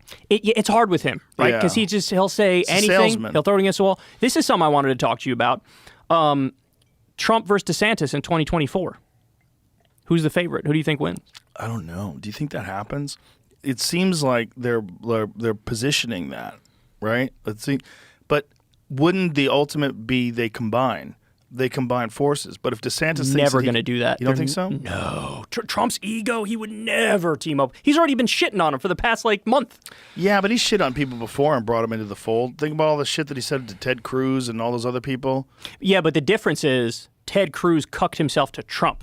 So Ted bent the knee after a while. And what happened was, that was actually a really interesting story. So he went to the RNC and he said, vote your conscience. Which basically was like, he wasn't endorsing Trump. He was saying, do whatever you want. I'm not endorsing him. Mm-hmm. Then he got a phone call from his billionaire donor daddy, Robert Mercer, I think his name is. And he was like, remember who you work for.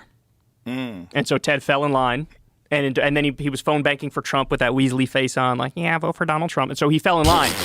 He fell in line. And so I don't think DeSantis is not going to do that. I mean, if he's smart, I don't think he would. Look, if you had a straight-up race, just Trump versus DeSantis, I actually think DeSantis could win that. But the problem for DeSantis is this. There's already a bunch of other assholes who nobody cares about who are jumping in the race, who are going to get 2%, 3%, and that all comes out of DeSantis' numbers and not Trump's numbers. So if you have a race with 10 different Republicans, 9 of them are not Donald Trump, 9 of them are splitting the non-Donald Trump vote, and there's one Trump who can win with 29% of the vote or something like that, which is likely. Which is like Nikki Haley. She seems like she's going to run. She's a fucking total donor creation. Nobody gives a fuck about her. She's been told by rich people, yeah, you're the one. Go ahead. She's going to get destroyed, right? But she runs. Mike Pompeo, he wants to run. John Bolton, like all these people are going to run. And then if you have all of them and DeSantis and Trump, you're handing it over to Trump. There are other Republicans who need to get in a room behind closed doors, talk it out and say, look, we all have egos here, but we got to put it aside. And they should dole stuff out. DeSantis could say, all right, who wants to be Secretary of State? Who wants to be Vice President? Let's make a deal. So I'm the only one running against him because that's the only way they're going to take him down. Do you think that's how it goes? What do you I don't, because they don't have that level of organization. They don't, and you have a whole bunch of giant egos. So I think what's likely is they all run, and Trump wins with like 30% of the vote. Because, it's first past the post voting. If he gets 30% and the closest to him is 21% or whatever the fuck, Trump wins. And it's in the primary, so it's all registered Republicans. Correct. Correct. So it's an interesting situation. And Crystal and I and Sagar as well, we've been having this debate back and forth because there was a period there after the midterm loss where there were a bunch of polls showing DeSantis up comfy on Trump. It was like DeSantis by double digits, right? And we were having the debate where I was like, no, I think DeSantis is the favorite. He is the favorite. But now, just recently, new 3 or 4 polls came out. Trump's back up double digits. And so it could be a heavyweight slugfest, but also I don't know if he has the balls to like jump right in and take him on. You know what I mean? Because he is the heir apparent. He is like Diet Donald Trump in a sense. So he might feel like if I just wait till 2028, I could probably win it. But his moment is now, right? Because in the midterms, the candidates that were most Trumpy were the ones who lost. So Carrie Lake, she was denying the election left and right. She was one of Trump's favorites. She lost. Doug Mastriano ran for governor in Pennsylvania. He lost, and he was at January 6th. He was a big-time election denier. Like all the election deniers, all the ones who really cuddled up to Trump, those are the ones who lost. The more like old-school Republicans like Kemp in Georgia, and he's a guy who said to Trump, remember Trump said, find me 11,000 votes after 2020? Yes. That's the guy who was like, no, I'm not going to do that. And that guy won his election easy in Georgia. So basically the more non-Trump Republicans did better. And so, there's a real weakness there. And he was siloed off on Truth Social for a while. He wasn't like, he sort of lost his normie touch a little bit. You know what I mean? He was getting too wacky. And so DeSantis was the heir apparent, but now things are changing. Do you think that Trump comes back to all those social media platforms? Like, what is I read something about his deal with Truth Social that it might be up soon. Oh, if that's true, that's interesting. I did read that he's planning on coming back to both Facebook and Twitter. I did read that. But to your point, yeah, my understanding was he had a deal with Truth Social. The whole value of the company is tied to Trump being on it. Exactly. And so if he pulls out of that, he's pissing off a lot of people who invested a lot of money in that company, which, he's done shit like that in the past, so I don't see why he wouldn't do it now. But look, he kind of needs it. He needs to be back on Twitter. He needs to be back on Facebook. Right, because if he's on Twitter, that's where people are going to go. Correct. It's more accessible. The Truth I haven't been at Truth Social. Have you? No. Let's go to Truth Social and just see what an average, like what the front page looks like on Truth Social. Because I'm fascinated, because it's one of those like neighborhoods that I never go into. Yeah, I mean, it's just... let's see how you guys are living. Trump land Twitter. That's all it is.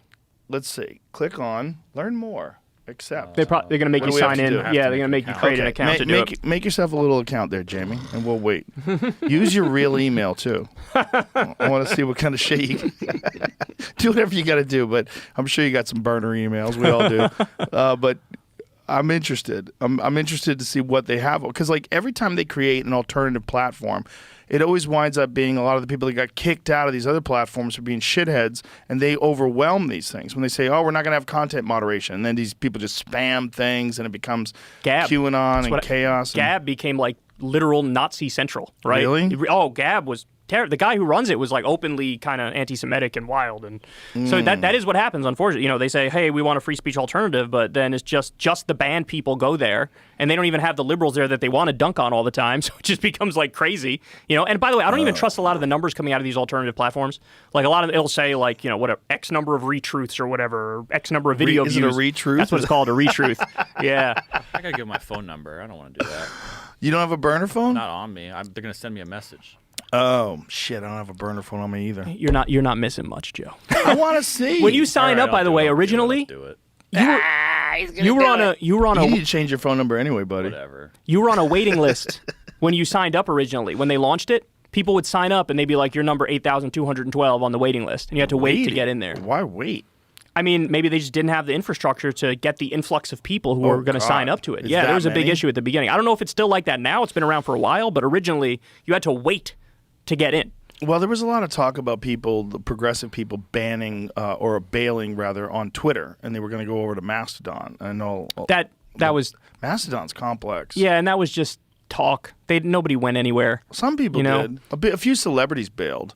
But they did it like with a very virtue signally way. They made this announcement, hey, it's getting gross here.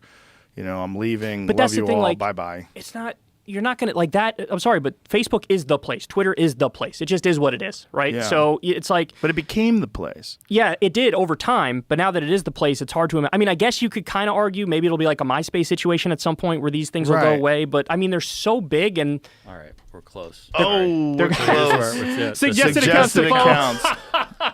Babylon B, Charlie Kirk, that's Devin great. Nunes. I debated that Jack guy, by the way, Probasek. Charlie Kirk. Yeah, how did that go? It went well. We did a Politicon in like 2018 or something. I met him at a gun range once. Did you? Yeah. I'll skip for now. Yeah, it was a good debate. It was a fun debate. So let's view the feed. Okay. So I'm not following anyone. Okay, let's see what we got here. You're not following anybody. I know, so I probably have to follow people. No, I'm saying it says that. You're not following anyone. So when you go to the homepage, it doesn't show anything? So this basically, without anything on it, looks like Twitter. It looks exactly like Twitter. Yeah, this is exactly like Twitter. But when they have check marks, but their check marks are red, not blue. Of course. So you have to follow people in order to... Okay, let's click on... They're truths instead of... Okay, here we go. Oh, my God. Anti-Semitic representative. That's such bullshit. You remember what she said that they called anti-Semitic? No, I do not. She was talking about the Israel lobby, and she says, it's all about the Benjamins. That's anti-Semitic? And they said, that's anti-Semitic, that you said that. She's like, I say the same thing about the fucking Saudi lobby. It's all about the Benjamins. They care about money. Donald Trump says, I'm killing everybody in the polls, but Fox News is always able to find an outlier, usually old and non-credible, that makes me look as bad as possible. They work with the club for no growth and losers like Karl Rove, and their board member Paul Ryan. Globalists all. In any event, we are winning. Big. MAGA. She doesn't like Fox News now? Is that what that says? Well, he's always in some sort of battle for ultimate loyalty, That's right. That's his game. And when people step out of line, he goes after them, and they panic, and then they soften their approach. And so it's a very offensive sort of way of dealing with stuff. To this point, it worked, but now it's starting to work less. Because he's got so many enemies. Because so many people everybody on Fox News was criticizing him when he lost the election. When all of his candidates shit the bed, they were like, you know what? Maybe it's time for a new direction, and he lost it on them. So it was the Bannon trial. So there's all these different things that you can follow. It says there's 58 people talking about it. What is that? This is a small chat room. Yeah, I don't think this is how many people are actually on Truth Social? Look at that, 309 people talking, 127 people talking. That's not big. I mean, look, tiny if anything, numbers. Props to them for being honest about the numbers, because a lot of these alternative sites just lie. Right. Facebook was caught lying about their video views, right? This was years ago. Really? You had whole news channels that went belly up because they bet on Facebook over YouTube, and Facebook just lied about the numbers. And when the advertisers figured that out, they pulled all the fucking money. And so you had these people who were like big YouTubers or had their own news sites, and then they went to Facebook, and then they ended up losing everything. Because they were rigging the numbers. It was a big scandal, yeah. But why did they go there exclusively? Because they were told that like this is the new place. Look at the numbers they're getting. This is amazing. This is where you're going to make most of your money. So a lot of them went exclusively over to Facebook. But was there a financial incentive to go exclusively to Facebook? I don't know. Because it doesn't seem like it makes sense that you wouldn't want to be on both platforms. Yeah, I mean that's the smart thing to do, right? To do both platforms. Yeah. Speaking of, I'm actually on Spotify now. Oh, congratulations. Yeah. Shout out Spotify. Doing my show as a podcast now. For a long time? No, I was I was only YouTube for a very long time. Interesting. But now so are you on video on Spotify as well? No. I don't even know if they have that option for somebody like me. You know what I mean? Like because I didn't have any conversation with anybody at the company or anything. We just started posting my show as a podcast on Spotify as well. Interesting. Yeah. Yeah, I don't know how many video podcasts there are on Spotify now.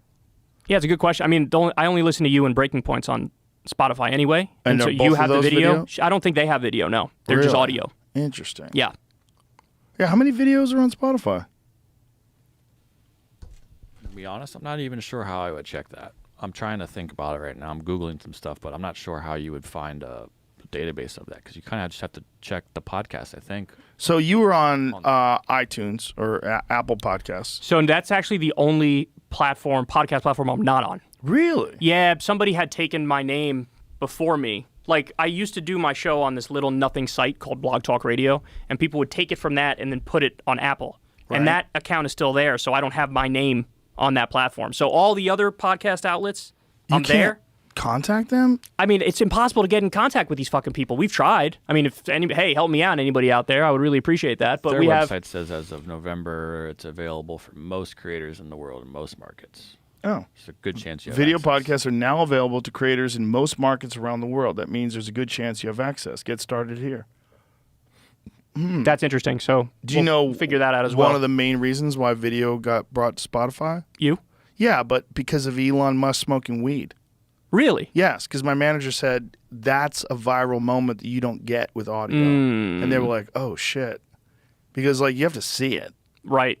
Yeah. Yeah. Yeah. That was a very big moment. Yeah. That kind of a viral moment you really get more so for video. I mean, people like to share video clips.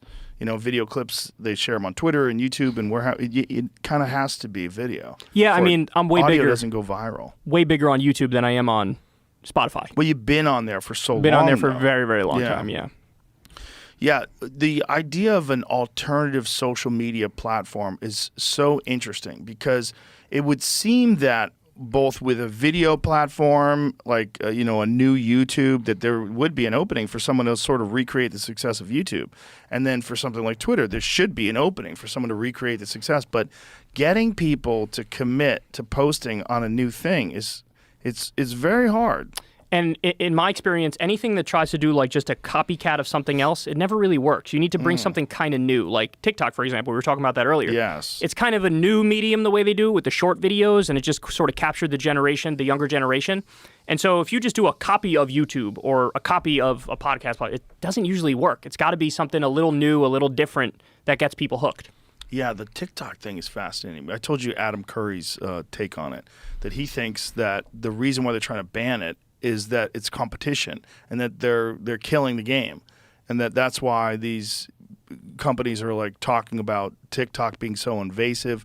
But I also read an article by a software engineer that back engineered the TikTok's algorithm. program. Yeah, and they said, no, this is the most invasive software we've ever looked at in terms of like what it does to your computer, how it checks everything you're doing, it monitors your keystrokes, listens to your recordings, like it has access to your microphone. Yeah, I think they're both right, honestly. I think they both make a very good case.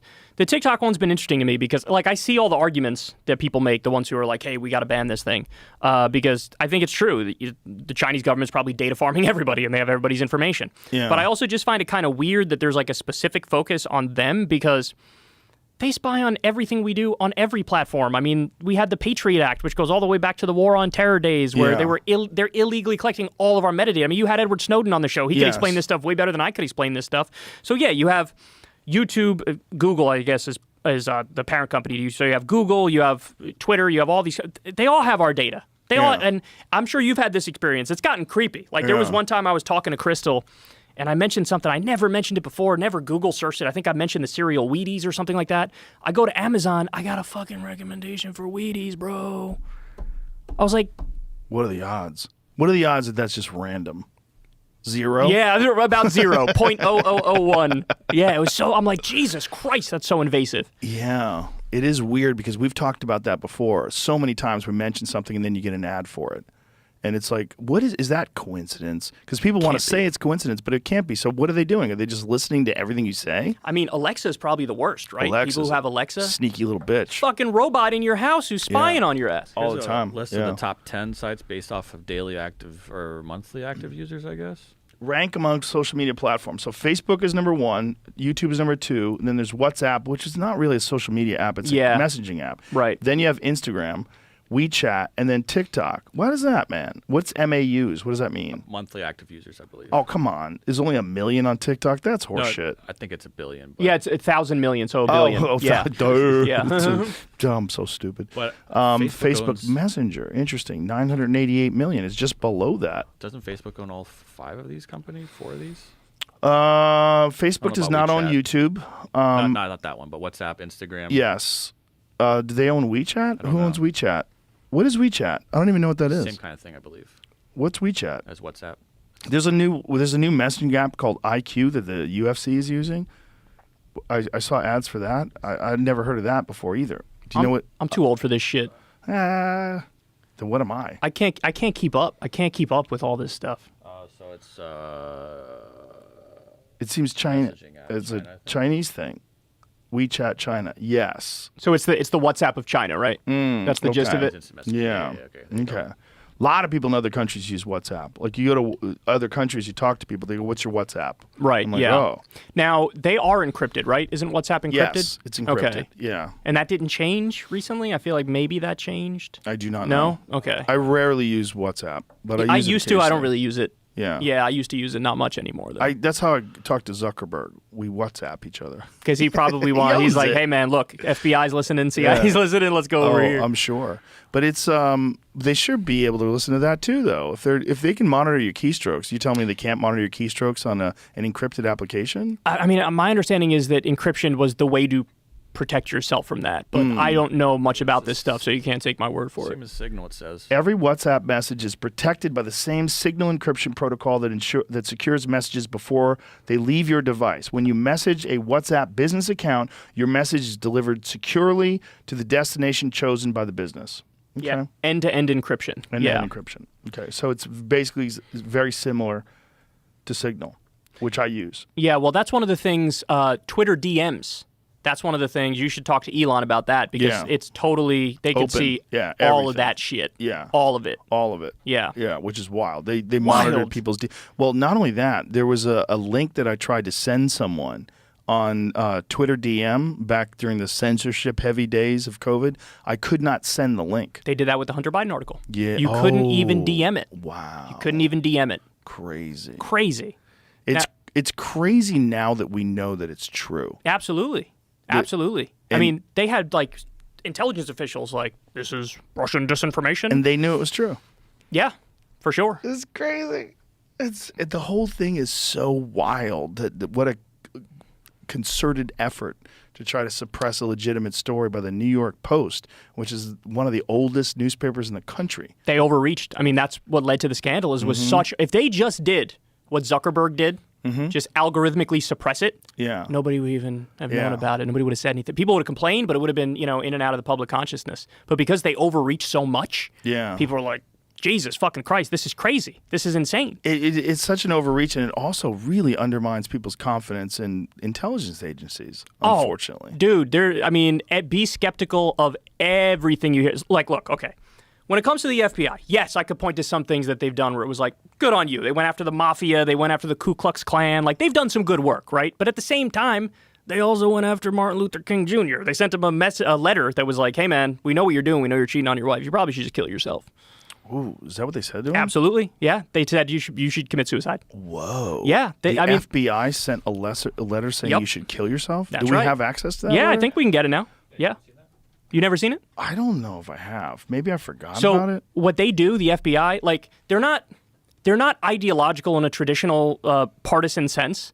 What they are is they're all about protecting the establishment and the status quo. So if they feel like a threat is coming from the right, they'll go after the right. If they feel like a threat is coming from the left, they'll go after the left. There it is.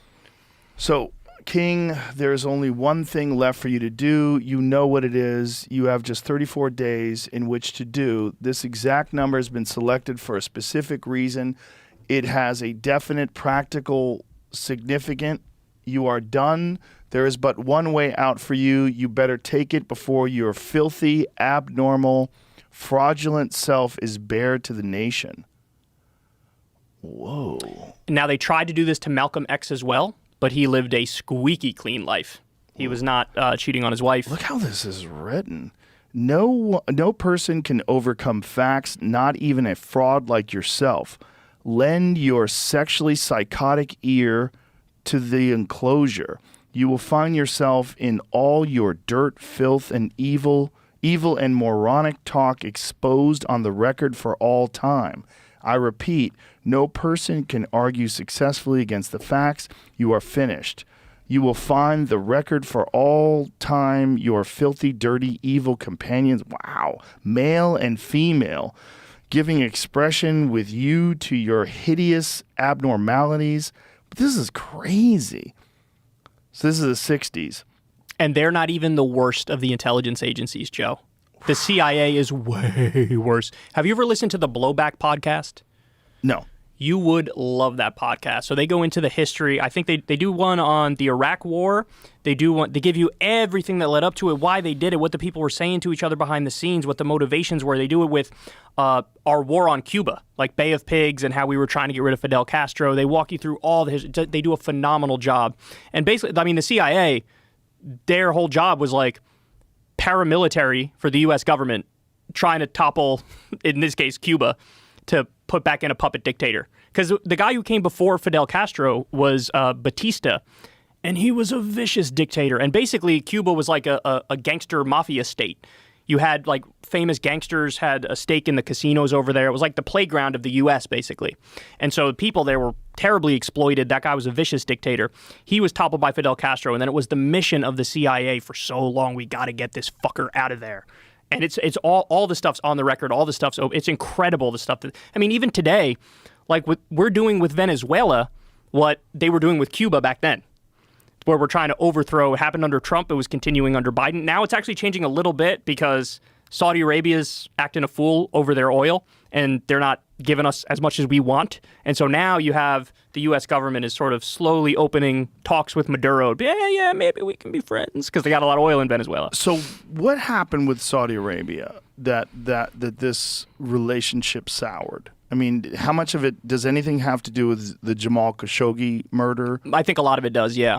So when Trump was in there, yeah, they did. MBS killed Jamal Khashoggi. They chopped him up into little bits and pieces, and Trump didn't even give like lip service to doing the right thing. He didn't even say like, don't do that. That's fine. He did nothing. He did not. In fact, he continued sending them weapons and money. Didn't he say something like, we do similar things? I think that was in context of a different interview when he was talking to Bill O'Reilly before the Super Bowl. Anyway, yeah, so Biden, mouthed some of the right things about Jamal Khashoggi. And like, I think he said, we're going to make Saudi Arabia the pariah state that it should be. He said something like that. And when MBS heard that, no. So he started talking to Russia. He started talking to a lot of our enemies and like making deals with Iran. No, not Iran. They hate Iran. He was making deals with like Russia behind the scenes. And it was just like some mild criticism. And now, we keep going to them in response to the oil markets because with the war in Ukraine, there's a lot of issues with the oil market where it's not doing well. And so when we had really high gas prices, Biden went to MBS and was like, you gotta help me out here. You gotta release more barrels of oil per day. And he didn't do it. He basically said, fuck off. And then it was right after that, you saw these articles about how Biden was talking to, top U.S. officials were talking to Maduro in Venezuela, trying to slowly ease back into some sort of a business relationship with them. But it wasn't that long ago. It was just a few years ago. They were trying to overthrow this fucker. They were trying to overthrow Maduro. Remember, they pretended like the guy Juan Guaido, totally unelected, did not win an election. And we were just pretending. Trump was pretending like, yeah, that's the president now. He's the president. It's not Maduro. This is the real president. I'm very ignorant about Venezuela, unfortunately. I don't really know exactly what's going on over there. Yeah, well, they were so reliant on oil. Remember, Hugo Chavez was the leader there. Mm-hmm. They were doing okay based, with their oil, but when we sanctioned them, then they had nothing. It became a super poor state, massively high inflation almost overnight because we cracked down on them. And so now with Maduro, it's a similar situation, but it looks like maybe relations will change if the situation with Saudi Arabia doesn't work itself out. Because we'd want to do more oil deals with them. And then all of a sudden you'll start seeing articles about like, maybe we had this guy wrong. Maybe he wasn't such a human rights abuser. How do you keep track of all this shit? Like, it just must be overwhelming, though, to have... I'm interested in it, Yeah, I'm sure, but it must be still overwhelming, just the sheer amount of information that you have to fucking pay attention to. I feel like it's actually very similar to you. When you're interested in something, you go down a rabbit hole and you'll read everything about it, and then you know a lot about the topics that you read about. And it's just the same thing for me. It just happens to be it was directly involved in politics that I'm interested in, and so I'm reading about foreign policy, I'm reading about domestic policy, I'm reading about economics, and, sometimes I'm good and I can remember the facts. Other times I need to sort of jot them down when I'm doing my show and hit the points that I know I need to hit. You know what I mean? Do you enjoy this as it is, or do you ever plan on going into politics? Oh, no, I don't want to go into politics, no. I don't want to do that. Isn't that it's wild, it's though? a dirty you're game. so interested in politics. I mean, I'm interested in following it, learning about it, thinking of solutions, and calling bullshit on the system. Like that's what I'm interested in. If you actually are in the game, man, it's just a different world. I mean, it's dirty. I don't even know if somebody like me, because I would come out and say, I'm not taking billionaire money, I'm not taking corporate money, I'm going to raise it all through small dollar donations, and I'm still probably going to only come up with 1/10 the amount of money I would need to even be competitive. And then when you add the media into the game too, and their effect, then you're done, because they'll dig up every little thing I've ever said in my life, go through my old tweets and go through my old YouTube. They'll find things, take them out of context, post them, and that's it. Yeah. It's over. But you enjoy the commentary aspect of it. Yeah, I mean, I just find this stuff interesting. I like to share the things that I read that I think are interesting. Because there's so many things I come across where I'm like, damn, I want people to know about this. And I think the media, they just go towards like the dumbest stories, the most sensational stories, the cheap clicks, the cheap headlines. But if I'm reading about like the Inflation Reduction Act, which passed, and I'm going through the provisions, I'll be like, this is a really good fucking provision. Nobody's even talking about this. Like, people don't even know, like, what just happened. Just to give an example, remember when there was this bill called the PACT Act, which was struck down in Congress.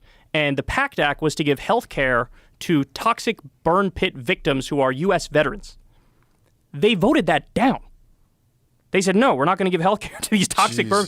So what happened was Jon Stewart saw that. Yeah. God bless him. He gets out there and he starts doing interviews. He starts calling these people out by name, like, this motherfucker voted against it and this asshole voted against it. And I brought these guys here who are struggling to fucking breathe and they're going to tell you what their situation is. And that was an instance of, there was so much shame brought about by Jon Stewart going on the crusade that the media actually like got whipped into shape and were like, oh shit, we got to talk about this. So Fox News, MSNBC, CNN, they all talked about it. And that actually led to change because then they had another vote and it passed. And so when I look at that, I think like, yes, that's like, I see my role similar to that. I'm nowhere near as big as Jon Stewart is, right? But that's one of those things where when the story first came out, nobody's fucking talking about it. They just voted down a bill to give health care to toxic burn pit victims who are U.S. veterans. Nobody was talking about it. And so I look at that and I'm like, our media is broken. It is broken. If you can't look at that, like their outrage meter is broken. You know what I mean? They get outraged at all the weird, like a comedian makes a joke that some people are offended by, and it's like, oh, let's talk about this for fucking a week. Distractions. Right? It's just distractions. And so I view my job as like, let me tell people the things that I think are actually interesting, that I think they should know, that should be the news of the day, the big story of the day. And so that's my role. The difference between someone being outraged at a legitimate, important thing versus what's going to get clicks. That's part of the problem, right? It's because what they're looking for in the media is the things that are going to get the most attention. Yeah, I think I agree, but I also think they're short-sighted. Like, I think they sell people short in terms of what is interesting. Because if you tell people all the information, the real world is crazy enough. The actual things that are going on are crazy enough where they are kind of like shocking and interesting. But yes, it's easier to get the cheap headlines with cheap topics, and that's what they do. They lean into that. And also, they have a financial incentive not to talk about the real issues in the system. Yeah. Because they're the beneficiaries of the system. There's so many different things to think about, which is part of the problem. If someone has a job, and during that job they're required to use all their resources to benefit the company, and they're working on things all day, and then when they're off work, then they're supposed to be paying attention to Venezuela and Jeffrey Epstein and the Twitter files and the this and the that, and like, my God, there's so much. And then they're getting their news, many people, from 1 hour mainstream news broadcast where they do a cursory examination of a few very specific topics.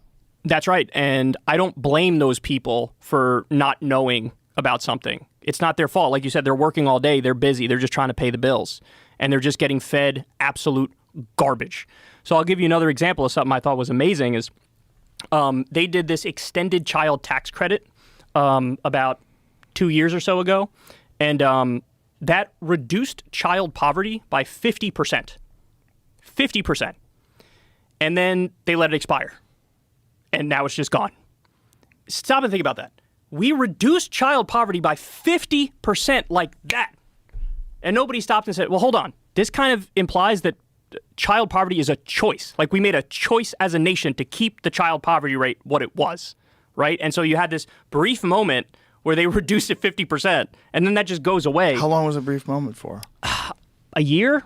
You know, it was part of, was it part of the IRA? It was part of one of the COVID relief bills. They did the extended child tax credit. People were struggling, and they said, we'll give you $3,000, I believe the number was, for every child who is 6 or younger.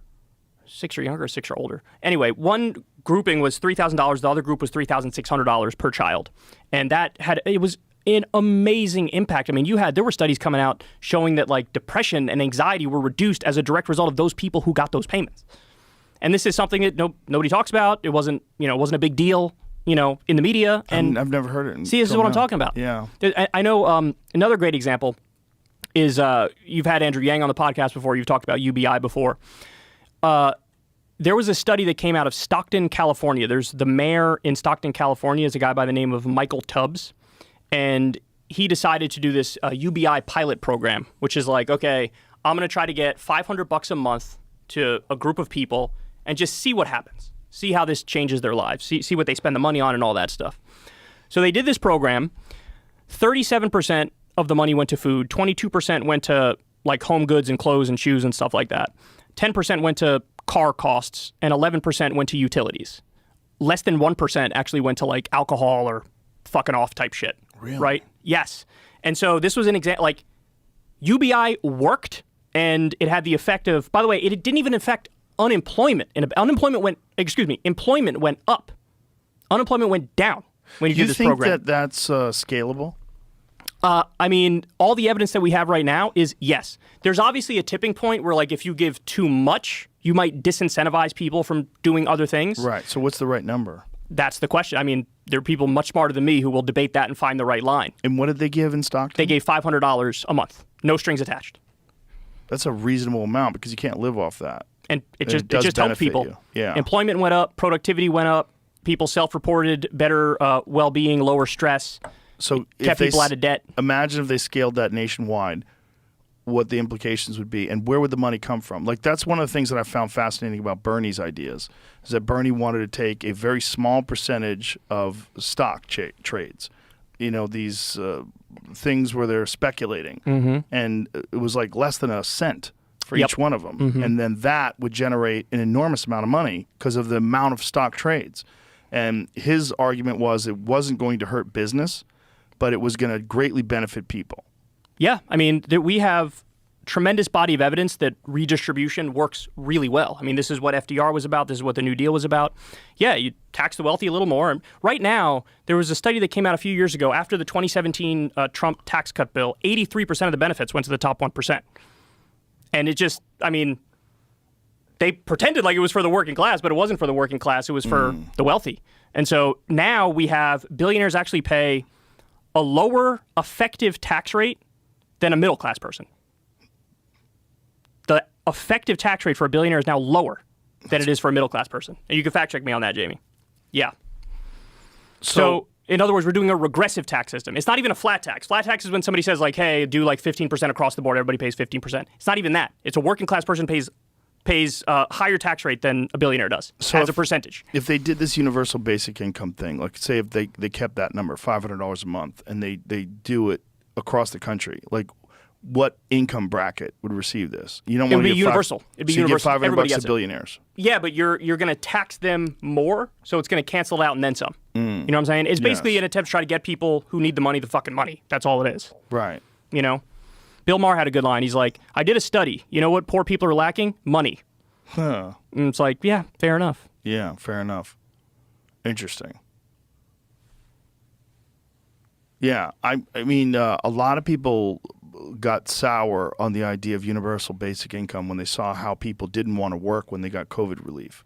I think that was largely bogus. Yeah. I don't think, because look at the unemployment rate right now, right? It's like, what, 3.5% or something like that? It's like the unemployment rate was relatively stable in this area, but there were all these media articles about like, oh, nobody wants to work because they got one check for $1,400. I think there's also a thing that happened to people where their employment was taken away and then they had to reassess their values and what they wanted to do with their life. I think that had a significant impact because there was a lot of people that were like deep in the grind and thought they were going to be rewarded for it, and then all of a sudden, boom, everything's taken away from them. And then like, what the fuck am I doing? I want to do something different. It was a real wake-up call for a lot of people. Yeah. I think you're right about that. And that's why you see a lot of people now like, I don't want to go back to the office. Yeah. If my job wants to make me go back, I'm not going to fucking go back to the office. I'm not going to do that. But, you know, RV sales went through the roof during the time of the pandemic. Some people were like, hey, you know, I want to travel. I'm reassessing. And look, it's a good thing. I mean, there was a poll I read a long time ago. Only like 18% of Americans feel engaged when they're at work. That's crazy. Which is like, dude, less than 20% of the country likes their fucking job. This is like a crisis. So crazy. So of course you're going to have depression high, anxiety high, all these issues that are associated with that. I mean, you're lucky, I'm lucky. We happen to do things that we really like. Yeah. But imagine being somebody who doesn't like your job. Yeah, well, I've been that person in the past. Me too, yeah. You have too. Yeah, it's not a fun existence. The difference between the overall happiness of being able to do what you enjoy versus doing something that you have to do, it's immeasurable. It's night and day. The impact that it has on your psyche, the way you think about life, the way you think about the weekend, the way you think about Monday morning, it's just a totally different way of existence. And also, it's not like these people that are in that 18% that enjoy their job, like they suffer more. They're more, generally speaking, they're happier, they live better, they have a better possibility for the future, they're enthusiastic about it, whereas the vast majority of those people that are doing something they don't want to do, they're barely even getting ahead. Like That's right. What percentage of people are actually saving money and like putting together a nest egg, and how many people are living check to check? Over 70%. Jeez. Over 70%. You know, Crystal did a good thing recently. There was some study that came out which showed the happiest people, what profession they're in, and the most depressed people. The happiest were farmers. Really? They were the happiest people. And then I believe the least happy were like lawyers, people who like work kind of office jobs. And probably massive hours too. Yeah, That's but just gonna the wear theory was like the people who, and I'm forgetting the others that were at the top, but the theory was that like people who are more working with their hands, they're outside, they're actually doing something of value, that those are the people who are happier. And that makes sense to me, you know? Farmers, that's a fucking hard job. It is, yeah. And also there's fewer small farmers now. It's mostly the big. Yeah. Man, that's shocking. Farmers. I would think it'd be like artists or something. Someone who does something that... Some artists are tortured, you know? That's true too, right? Yeah. Yeah, and that's why they're artists in the first place. They have all these emotions and conflicted ideas, and it comes out in their art. But you've talked about the impact of nature too, you know, like when you're out in nature, and I feel this, I get it to a much lesser extent because the thing that I'm doing in nature is not really in nature, golf. But it is in nature. Well, yeah, you're out, the grass is there. It's a manipulated nature. Yeah. It is a manipulated nature, but like when I'm out there after I play, I feel fucking great. I feel great. We were talking about people that are getting cancer from putting golf tees in their mouth. Do you know about that? I did not know about that. That's fucking terrifying. Well, you know, I knew a guy who got like severe cancer, and he was one of many people in his neighborhood because of runoff from a golf course. Oh. Because golf courses use so many pesticides and herbicides, and that this was getting into the water supply. And this guy has like a fake femur. He had bone cancer, man. so one of his femurs had to be replaced with like a rod. Yeah, heavy fucking shit. And Jamie, weren't you the one who was telling me about it? Probably, yeah. I'm reading a story on our favorite website, Snopes, that's actually true. Whoa. About a guy in the Navy who bit off a tee, and it almost killed him in like 10 days or something, it says. What? He had an allergic reaction, though, I believe, to the pesticide or fungicide. He died 10 days later after a toxic substance had burned the skin from 80% of his body and caused major organs to fail. The toxic substance was determined to be, how do you say that, dosanil, an FDA-approved fungicide that had been sprayed on the Army-Navy golf course twice a week. Prior, apparently had a hypersensitivity to the chemical used in the fungicide, causing a severe allergic reaction. That's one, but what I'm hearing about is mouth cancers. And from the tea. Yeah, sure. So you're imagining they're spraying all these golf courses to keep them pristine and rolling nice, and then you put it in your mouth because you're like, you know, you have your hands are free. I mean, how many things are like that we don't even think about now? We don't even know about. Like, you know, the Monsanto thing. What's the name of that? Roundup. Yes. The Roundup stuff. There's a lot of evidence that stuff causes cancer. A lot of evidence. And there's just a lot of places just like, we're just going to not care. Well, not only that, have you seen the numbers when they look at people's urine and blood and they test how many people test positive for Roundup? It's extraordinary. Google that. What percentage of people that were tested found Roundup in their body? It's a very high number, and a lot of the shills were like, "Oh, it's a minimal amount of parts per million." And the parts per million of something that kill you, that you're not making me comfortable. Because also, here it goes. Urine.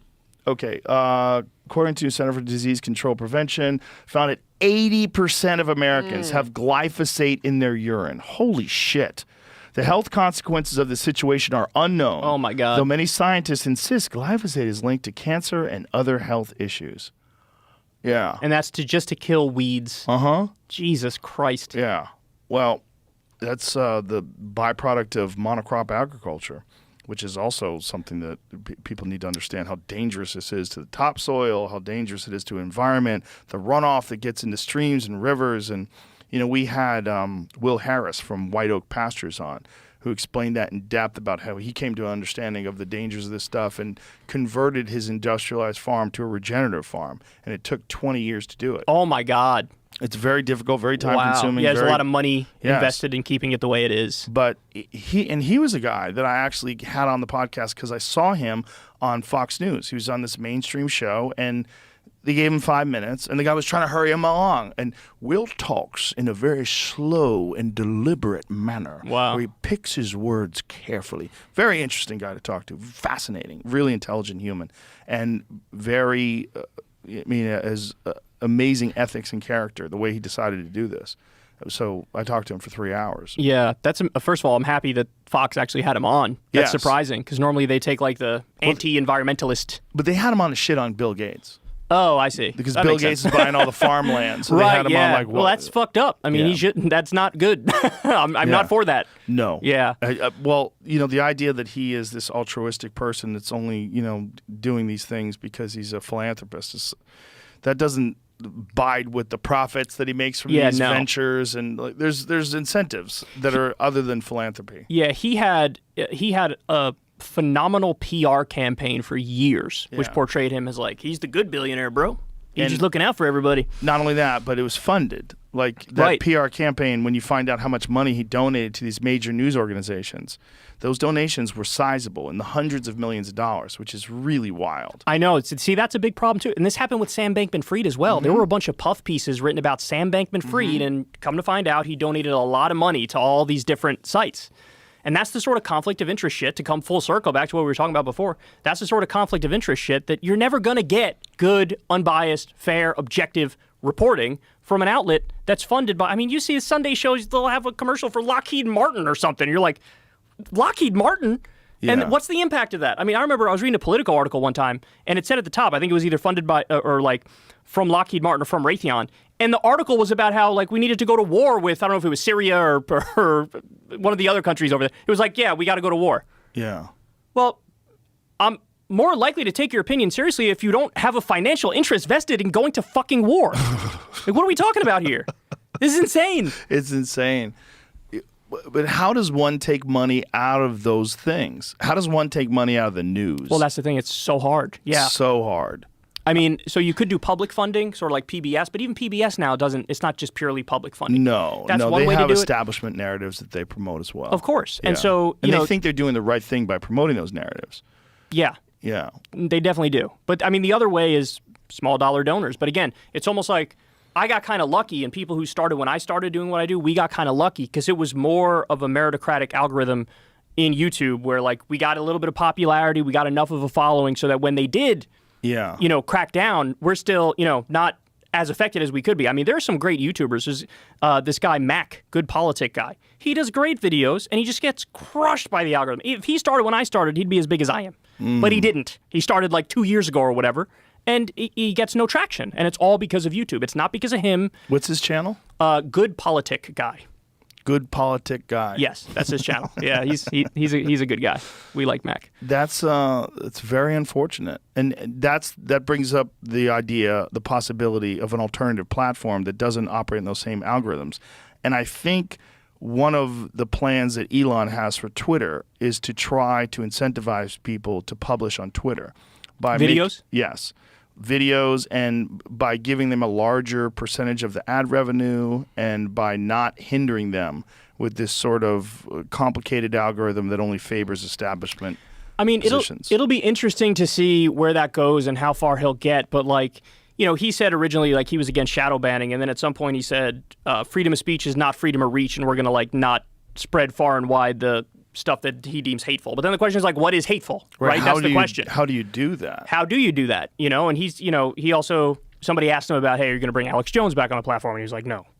Yeah. So it's like, okay, well, I don't think we could rely on one single person to make these decisions. These are the sorts of things. My whole answer has always been regulate YouTube, Facebook, Twitter, all these big social media companies like their public utilities and expand First Amendment protections. Yeah. So then you actually have law backing up. That doesn't mean people could go on there and do direct threats of violence, because direct threats of violence are illegal, right? There's still going to be some things where it's like, you can't do that. But outside of that, yeah, I'd like to see it way more free, way more open. When it comes to YouTube, I'd love for them to go back to more of a meritocracy of the algorithm where if you do good, it spreads far and wide. Yeah. And like I said, you may have some instances where a conspiracy video pops off, and that's going to suck. It's but going at the to same be time, messy. It's going to be messy, but that messiness is way better than having some overlords determine based on their own biases and their own feelings what they think should spread and what they think shouldn't spread. Especially when there's clear evidence it's manipulated by money. Absolutely. Yeah.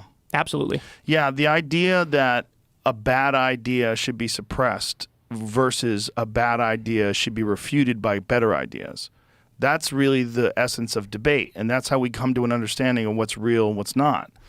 And I'm sorry, but a lot of people are just lazy. Like, I don't think CNN is good at debunking ideas that they dislike. I don't think they're good at it. And so I think it's sort of like a cheap shortcut to be like, oh, just sort of jerry-rig the algorithm a little bit and let's get rid of that. Yeah. You know what I mean?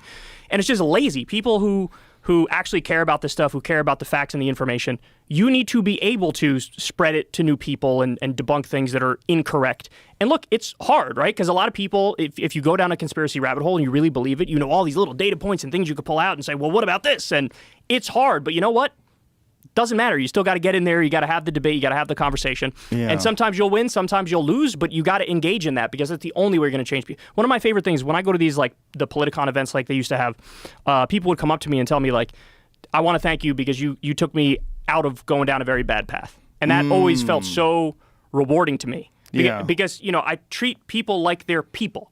Yes. And somebody might be going down a bad path and going down that pipeline where they like some alt-right troll or whatever. Yeah. And then it's like, you know what? I watched you. I thought you were fair in how you debunked it, and you won me over. And that's the way to do it. That's the only way to do it. There's also people that feel alienated, right? And then there's a group that sort of accepts them. And so then they become captured by their audience or captured by the group that they're a part of. And then they say things and lean towards things that this group accepts. That's exactly right. There's a lot more that goes into this. It's just general human psychology that is overlooked. Yeah. And it's like if you treat people like people and you meet them where they are and you say, one of the biggest things is going, hey, you know what? I think on that one you have a point. That's a good point. Yes. Right there. It's but very, this very other important. thing, here's where I disagree on this other thing. Let's talk it out, right? And that makes people go, oh, at least you're honest, Yes. right? Like, it's funny. I've always had like a love-hate relationship with libertarians because I love them, they love me on certain issues. When it comes to civil liberties, when it comes to war, I love this Kyle guy, man. He's right about everything. But then when we get to economics, they totally disagree with me, and they're hardcore, ardent capitalists, and I'm over here advocating for social democracy. Ayn and Rand. Yeah, but it's fair and it's good and it's fun because we'll agree where we agree, we disagree where we disagree, and let's see what happens. And so as long as you keep that dialogue going, I guess the only caveat here is when you're dealing with like a quote-unquote bad actor. You know what I mean? Somebody who doesn't even believe what they're saying, but they're just saying it. That's a little different because then it's like, well, how do you deal with somebody who they're not even having a real conversation? Yes. So that's harder when you deal with that. But don't you think that the more people there are like you, the more stuff like that becomes transparent? I think so. I like to think so. Yeah. I think so for discerning people. And that's that's my dilemma about conspiracy theories and nonsense, is that I do know that some people get sucked into the QAnon stuff and all the wacky shit, but I don't. So if I don't, why are you telling? Like, if I don't get sucked into flat Earth, and I think it's funny if I watch a video, who are we protecting? And why are we protecting them in that manner where we're suppressing something that doesn't affect people who are discerning and intelligent? Yeah. Like we're infantilizing people yes. in a certain way. We're protecting them because you're not smart enough to recognize that this is nonsense. Or you're not diligent enough to look at the possibility that it's nonsense and look at the alternative perspectives and the arguments against it. Yeah, and look, I mean, some percentage of the population, yes, they're gonna end up wherever they're gonna end up, and they're gonna go down some bad rabbit holes. But again, that's the price of freedom. The question is, how do we limit that as much as possible in an honest and open way? Right. That's the question. And then there's the question of people that are manipulating these narratives on purpose in order to get people to argue with each other. Yeah, well, I've heard you talk about that many times before. Which is fascinating. Well, you said the whole, what was it, the biggest Christian Facebook pages were not even... 20 of the top Christian Facebook pages, 19 of them are run by troll farms. That's amazing to me. Wild. Yeah. But it makes sense, right? I mean, why wouldn't you do that? If you want to fuck with these people and rile them up and get them to lose their faith in democracy and faith in the system and faith in... That's how you do it. And then also get them upset about certain things and get them to act and get them to do things. Yeah, see, and that's a harder... I don't know how to deal with that problem. Like, if I was running Twitter, I wouldn't know how to deal with the problem of, like total spam, you know what I mean? Yeah. And people doing like what you're saying, like this isn't even a real person, a real thing. Yeah. It's just, like the whole point is trolling. Like I don't know how to deal with that. You know what I mean? I always look at a post now when I see people getting angry at things. I'm like, how many of these people are real people? And then you go to their page and you realize they have like 5 followers or 10 followers and all these posts are very specific to a narrative and you got a very generic picture of this person. Like, how do I even know this is a human? Yeah. One of the things we learned from the Twitter files, Lee Fong did some great reporting of The Intercept. The U.S. government asked for special status for certain accounts that would push the narrative that they want to push. So it was like... Special status? Yeah, so like... Again, it all goes back to the algorithm. Like, we need to put this tweet in front of more people. Can you help us get it in front of more people? They were asking Twitter to do that. And a lot of the stuff was like anti-Iran stuff. Yeah, it was pro-Saudi Arabia stuff. It was trying to like, force a narrative that makes it look like it's grassroots. Like there was a whole Saudi bot issue. One of the biggest investors in Twitter was a Saudi Arabian. I don't know if it still is, but one of the biggest investors was a Saudi Arabian government official. And there was a huge bot problem with pro-Saudi bots. Ooh. The bot thing is so strange because that was one of the main contentions when Elon was buying it. When they were saying the fight they were having 5% bots, and he was like, "How did you determine that?" And I think they determined that by like 100 different pages, and they went to 100 people's Twitter pages, and they determined that 5 of them, 5%. Oh, like small sample size type stuff. Yeah. See, I didn't know if he was trying to do that to get a better negotiating position because he was saying if it's more than X percentage, I'm not going to buy Twitter. Like, they made the deal, then he said, only if it's X number or less bots. Right, prove it to me. Yeah, he said, prove it to me. But I think what he was trying to do was, like, the number's going to be higher than what you say it is, therefore, give me X amount of a discount. You know what I mean? Like, it could have been, like, a negotiating tactic. I'm sure that was part of it. It makes sense that it was part of it, but also you would like to know. Because we brought up the fact that there was a former FBI analyst who went over Twitter, and he said that the number of fake accounts could be as high as 80%. 80%? Yeah, see if you can find that article. Oh, Jesus again. Christ. That's like we're all talking to ourselves. We're all over there. There's still, there's millions and millions of people that are on Twitter. So out of those millions and millions of people, 20% of them are legitimately human beings. But I mean, if you were a government or you were a corporation or you were someone that had a vested financial interest in pushing a narrative, it kind of makes sense. What? 8 in 10 Twitter accounts fake, claims top security expert as Musk laughs. Yeah. So if that is true, that is absolutely absurd. Yeah, so this is it. Dan Woods, head of intelligence at cybersecurity company F5, who spent more than 20 years with the U.S. federal law enforcement and intelligence organizations, told The Australian that more than 80% of Twitter accounts are probably bots, a massive claim, as Twitter says only 5% of its users are bots or spam. Wow. And then Musk tweets, sure sounds like higher than 5%. Yeah, while tagging the article. If I had to take a guess as to what was fake, I would say between 10 and 20%. If I had to guess. But that's totally anecdotal. It's based off my own personal experience. Still a lot. And if you weaponize that, you could really shape a narrative and get an argument going, and also disincentivize people. You could incentivize people to not talk about certain things if they're getting attacked. Yeah, that's definitely a real thing. I mean, I do find everything's always better face to face. Yes. Always better face to face, even if on paper you guys disagree totally. I mean, there are people who agree with you who might shit on you relentlessly if it's just on Twitter or through the computer. And there's the real problem of virtue signaling, that people say things specifically to try to garner likes. It's like a natural human reward thing. The holier than thou thing. I mean, there's a lot of that on the left where people be like, I'm leftier than thou, and I'm more pure than thou, and I'm the only uncorrupted one in the conversation. And it's like, what are we even doing here? What is this? Yeah, and they see people getting a certain amount of positive attention, so they decide to chip them down and attack them for their positions. It's really weird. There's so much that's involved in that. That's human emotions and incentives and why they do things and what do they really mean by what they're saying, and how many people are just objective and they have a healthy understanding of their own biases, and why are they saying what they're saying? Yeah. It's a shit way to communicate.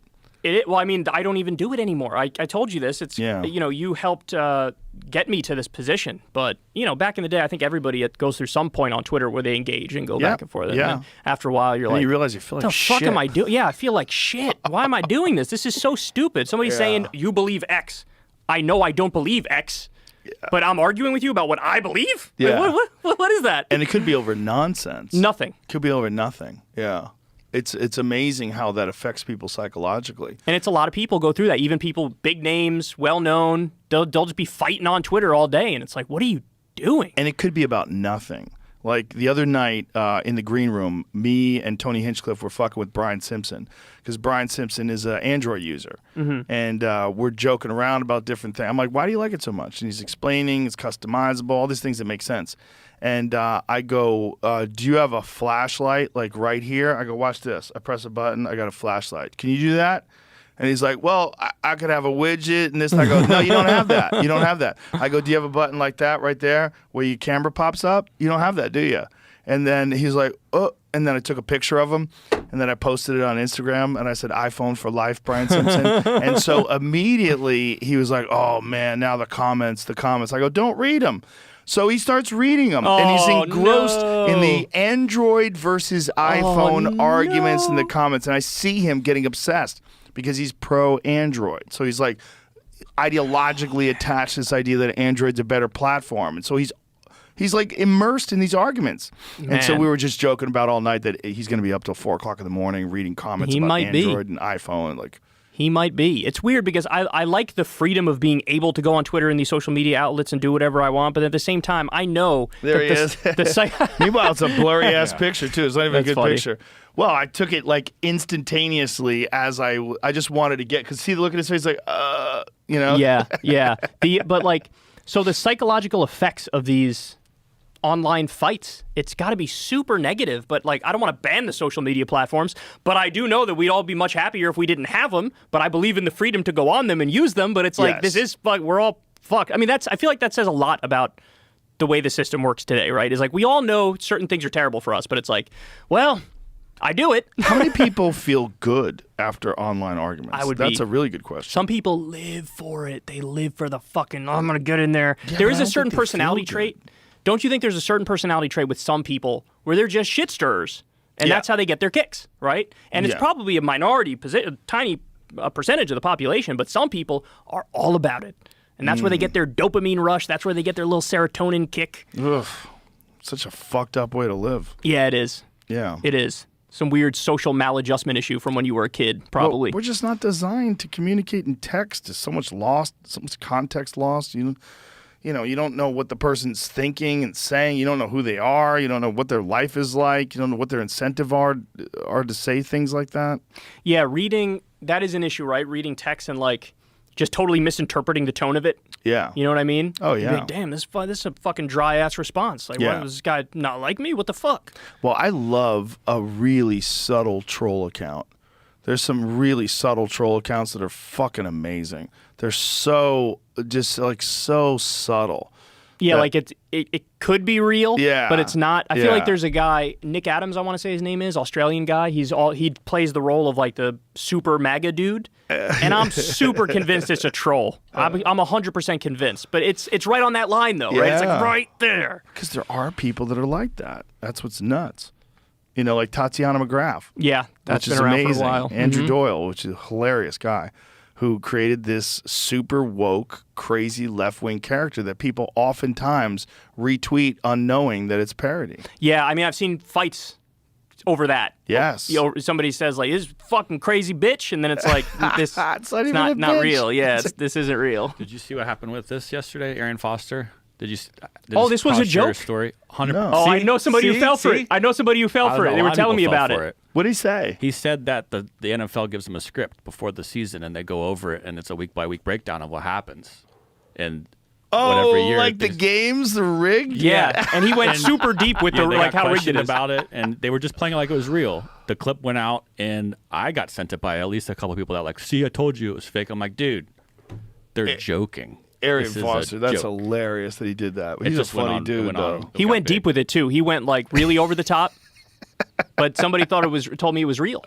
The NFL script. People want it to be real. Yeah. That's like... I will say, though, talking about rigged sports, the NBA, the way the refs act, super suspect. Well, we have had evidence, very clear 06, evidence. That's right, 06. Yeah, that refs do get paid off. Gambling stuff, right, and they rig it.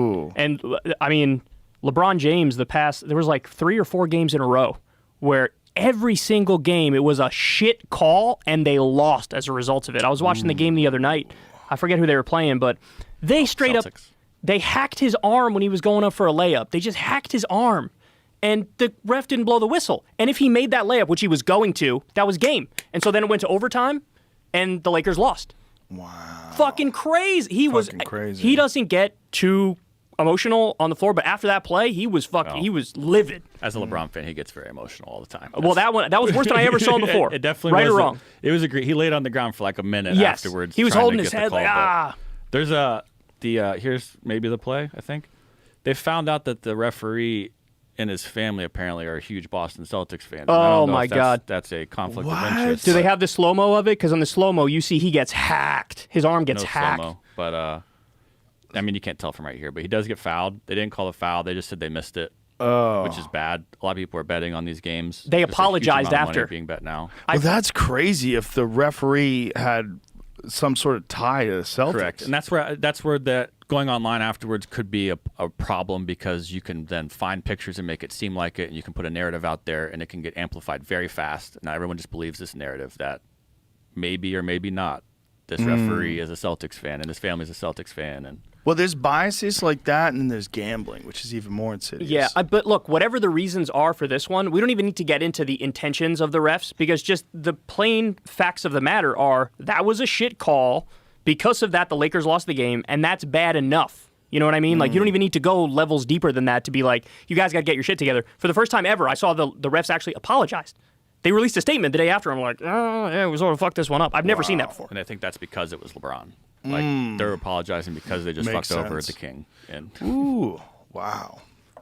Next day it happened again in the NFL, though. There's big controversy, extra plays given. Ending didn't happen the way maybe the NFL wanted it to go, so everyone thinks they fucking scripted it. Well, people always think fights are fixed. Did you ever see the Tyson Fury, Deontay Wilder controversy? It's the dumbest controversy. But people were convinced that Tyson Fury's gloves weren't attached properly and that he was punching with gloves that were like the glove wasn't even attached to his fist, he was punching him with the part. See, that's not the best example because that's a common thing that happens when you punch someone, your wrist gets bent backwards. But what Tyson Fury does, if you understand boxing, this is a common thing. The way he throws punches like this, and then he'll throw a hard punch. So he's touching you and showing you things, and in the process of doing that, if you look at it in slow motion, his hand goes way back, and it will even look like the glove's not attached. And so he has these really long-ass arms, and knuckleheads were thinking that his wrists were actually in the wrapped area. And so the wrapped area is hard and no padding at all, and that he was hitting him with that. And Deontay Wilder saw these videos and was like, this guy cheated me. He was hitting me. Oh, shit. Yes. Really? Yeah, see if you can find Was this the video first or the of it. second fight that they had? The second fight. Because the first one was fight where he close. The won. second one was not, right? Yeah. Right. Well, what happened in the first fight was Tyson Fury got knocked down and almost knocked out in the 12th round, but then came back to win the round. And the way he won the round was by putting Deontay Wilder on his heels, making him back up. And then he realized, I believe, from that round and that approach, that's the way to fight Deontay Wilder. Because even though he got knocked down in the beginning of the 12th round, he wound up winning the remainder of the round and even had Deontay hurt at one point in time. I think that is what started it. But then in the second fight, where he overwhelmingly beat Deontay Wilder, Deontay came up with all these excuses, like he was wearing this thing, it was too heavy when he walked out, and his water got poisoned, and Tyson Fury was cheating. It was all this. It was terrible. It was a terrible look from a great fighter, because he was, whether he had people in his ear or whether he just was unsophisticated in his analysis of what happened, but. See if you can find the video where people were using this as an example. Because if you look at it in slow motion, it looks like the glove. Like, look, like if you people were thinking, see how his hand is moving back like that? Yeah. Mm-hmm. But that's normal. That is absolutely normal. And they were saying that the gloves weren't actually attached, and that see how he was like punching him without hitting with the knuckle. That he was actually the knuckles were where the wrists were, but it's not. It's just you're looking at something in slow motion, so it looks weird. And so the people that were, that thought about conspiracies too much, they thought that was what was going on. You see how his wrists are moving around? Please explain what is in Tyson Fury's gloves. They cheated, Bronze Bomber. But I no. thought that first fight, I thought Deontay did win. I thought that Tyson Fury was down for the count. But the second fight, it wasn't even close. Well, he didn't win because Tyson Fury got up, and the whether the count wasn't was it a long. 10 count though? The count was long, but it's not Tyson Fury's job to get up at the correct 10-second mark while he just got rocked and dropped. It's his job to listen to the referee when the referee says 8, 9, and then he gets up at 10. It might have already been 10, but he doesn't know that. Yeah, but would a different ref have done it differently? Would a different ref say that's it? Possibly. Yeah. Well, here's my take on it. It should have been a digital count, and that digital count should start. It should be very clear and obvious to everybody. It shouldn't be up to the referee to decide the pace of the count. Another example of that is Mike Tyson versus Buster Douglas. When Mike Tyson knocked down Buster Douglas, he knocked him down for more than 10 seconds. No shit. Yes. This video has all 4 of them synced up. And what does it say? It just shows the knockdown and then has them. Like, see, boom. Buster So Mike gets knocked Tyson down. drops him. Or excuse me, this is actually They got all of It's all them. 4 of them. Yeah, it's all 4 of them. So Or let's 2 see. angles at the top one. And 8, 9, 10. Buster Douglas is down past 10, and then he gets up. Oh. See? And this was argued by Don King after. Let's see that again. No shit. Yeah. So let's see the Douglas one. So Tyson hits him, boom, down, and now you see the count: 3, 4, 5, 6, 7, 8, 9, 10. He's out. Wow. Buster Douglas was out. He was out, but it's not his job to know how many seconds are going on. Yeah. It's his job to respond to the referee's count. The lack of objectivity. I like your point about using the clock, because the lack of objectivity drives me crazy. Yes. I want to leave as little as possible up to subjective interpretation, And so when you get a call egregiously wrong, it's like you got to change the rules to make it so you don't. Yes. I mean, they should have a digital count where where the whole audience could see, where when the guy goes down, 10 seconds starts, 9, 8. You should see it just like that. And that's the only way you should do it. You should never, because sometimes referees will go 1, Yeah, 2, weird and then count. they'll extend the count. Has there been any history in fighting of like gambling issues and Yes. there has? And is There's it just old school or is it new also? New. There's a big Wow. controversy in the UFC currently. No shit. Yes, there's one of the coaches, this guy named James Krause, who's a known gambler, and he actually has a gambling. Was it a Discord server? And one of his fighters, there's a lot of like late money that came in, like strong money against this fighter, and the guy, it turns out, had an injury, and threw a kick and went down early in the fight and got stopped. and then he was suspended. The coach is suspended. No longer can that coach referee or can he train fighters. So anyone who's a UFC fighter who trains at his gym had to leave his gym. Yeah, and so it's a real big deal. So people were suspended, and then the UFC banned gambling for any of its athletes. Wow. Yeah, I mean, look, I think any of the trainers as well. See, that's the interesting thing, because on the one hand, like I'm in favor of gambling being legal. I mean, I don't think it should be illegal. But on the other hand, it's like you do introduce a whole new set of problems when it comes to sports, because now there's massive incentive to just let's fucking rig this. I'll pay you $2 million to take the fall. Yes. You want that? That's life-changing money. Yes. You know what I mean? And then you have a whole other set of issues. It's hard. I don't know how you do it, and then you regulate it effectively where you don't have issues like that. Or is it just something that we're never going to get rid of, right? Is it like, like crime, where nobody can say, oh, let's abolish all crime? It's not possible, right? You're always going to deal with some level of crime. Is it the same thing for cheating? Is there always going to be some level of cheating because of gambling? I think there's going to be always like people that want to try it,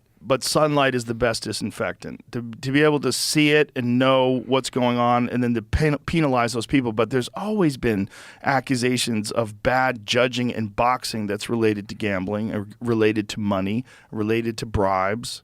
I mean, it's been from the beginning of time. I mean, the mob has always been involved in organized boxing and telling people to take dives. It was always a thing. Yeah. Speaking of fighters, I met Bas Rutten last night. Yeah, he's the best. And, you said something a long time ago, and it really stuck out to me after meeting him. You said, like, fighters are the nicest fucking people. Yeah. Because there's no degree of insecurity. Yes. That, they know they can fuck up anybody, and so they're just sweet. Yeah. And that's exactly all of us, myself, Corin, and Crystal, we were all talking about, that guy was so nice. He's the nicest. Such a nice guy. He's the best. I love that guy. He moved to Texas, too. He's a Texas guy now. Corin was saying he looked up his record. He didn't know much about me. He looked up his record when we got back to the hotel. And he was like, we just met the fucking Michael Jordan of UFC.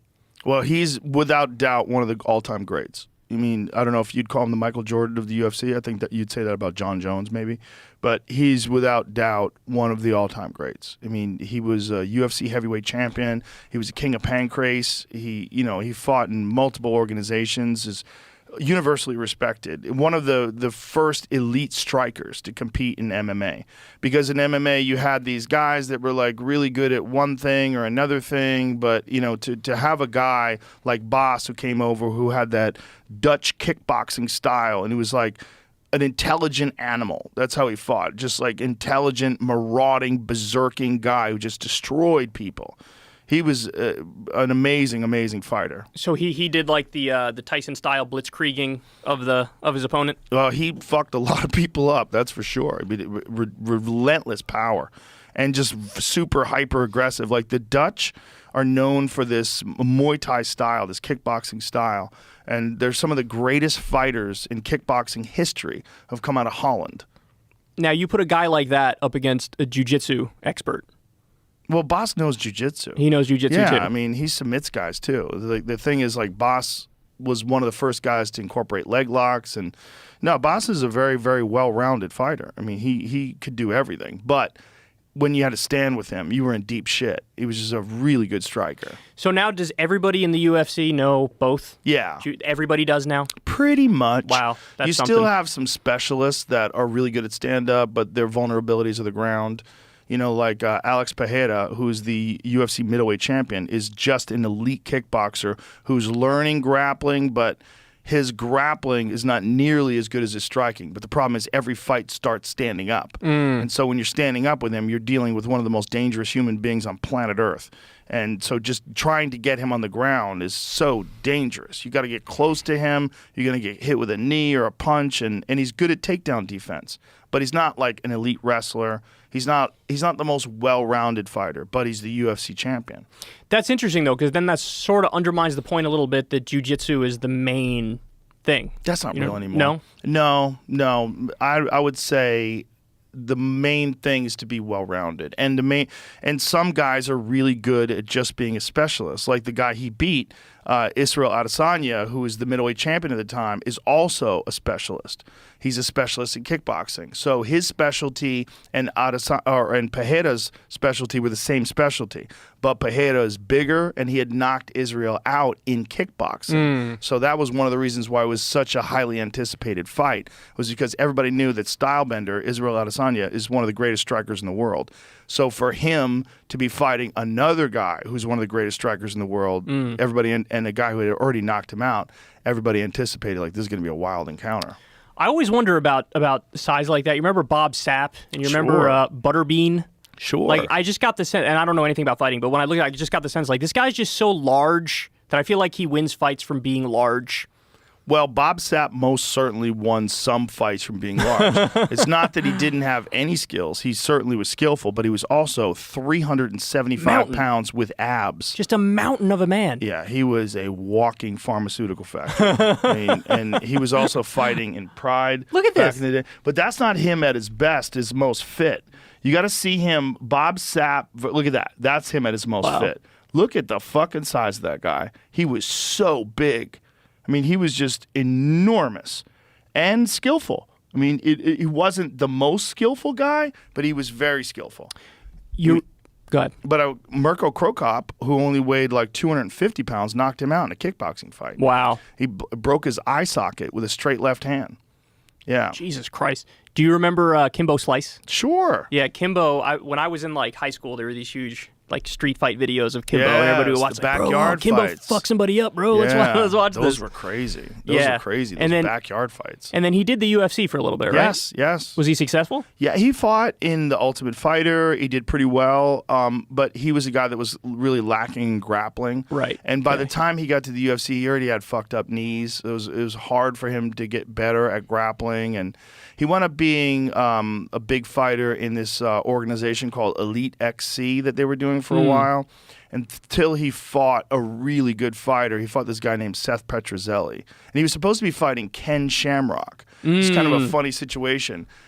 Shamrock apparently cut himself accidentally, like the day of the fight, something happened. Oh, shit. I forget what it was, but pulled out of the fight. And so they had to fight. Kimbo was the star. And so they had this guy, Seth Petrozelli, take Kimbo's place. And I found out Ken about... Shamrock's place. Excuse me. Yeah. Take Ken Shamrock's place to fight Kimbo. I found out about it in the green room of the Punchline. I had just got off stage in Atlanta, and we were watching it on the screen, and I called it right away. I go, oh, my God, Seth Petrozelli is going to fuck him up. I'm like, this... And so it's a 6-second knockout. So it's me, and there's a video of me backstage going...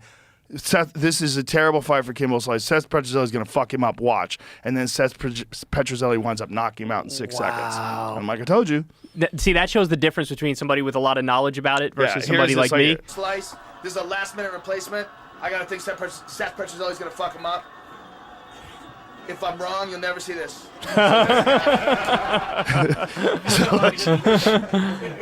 So here's... Motherfucker, by the way. I just think Seth Petrozelli... Here we go. This is how they do this. This is the beginning of the fight. Oh my God, you're fucking right. Oh, What'd I say? holy shit. Seth Petrozelli is a bad motherfucker. Yeah, so that was one of those things where I was like, oh, there's a difference between a backyard brawler and an elite MMA fighter. The difference is pretty stark. Yeah, because me and my buddies, you watch those street fights and you're like, bro, nobody could beat this guy up. This guy's a monster. Well, and that's then what always looks a real like. fighter, Yes. can just, and that's somebody who's just more highly trained, has a better skill set.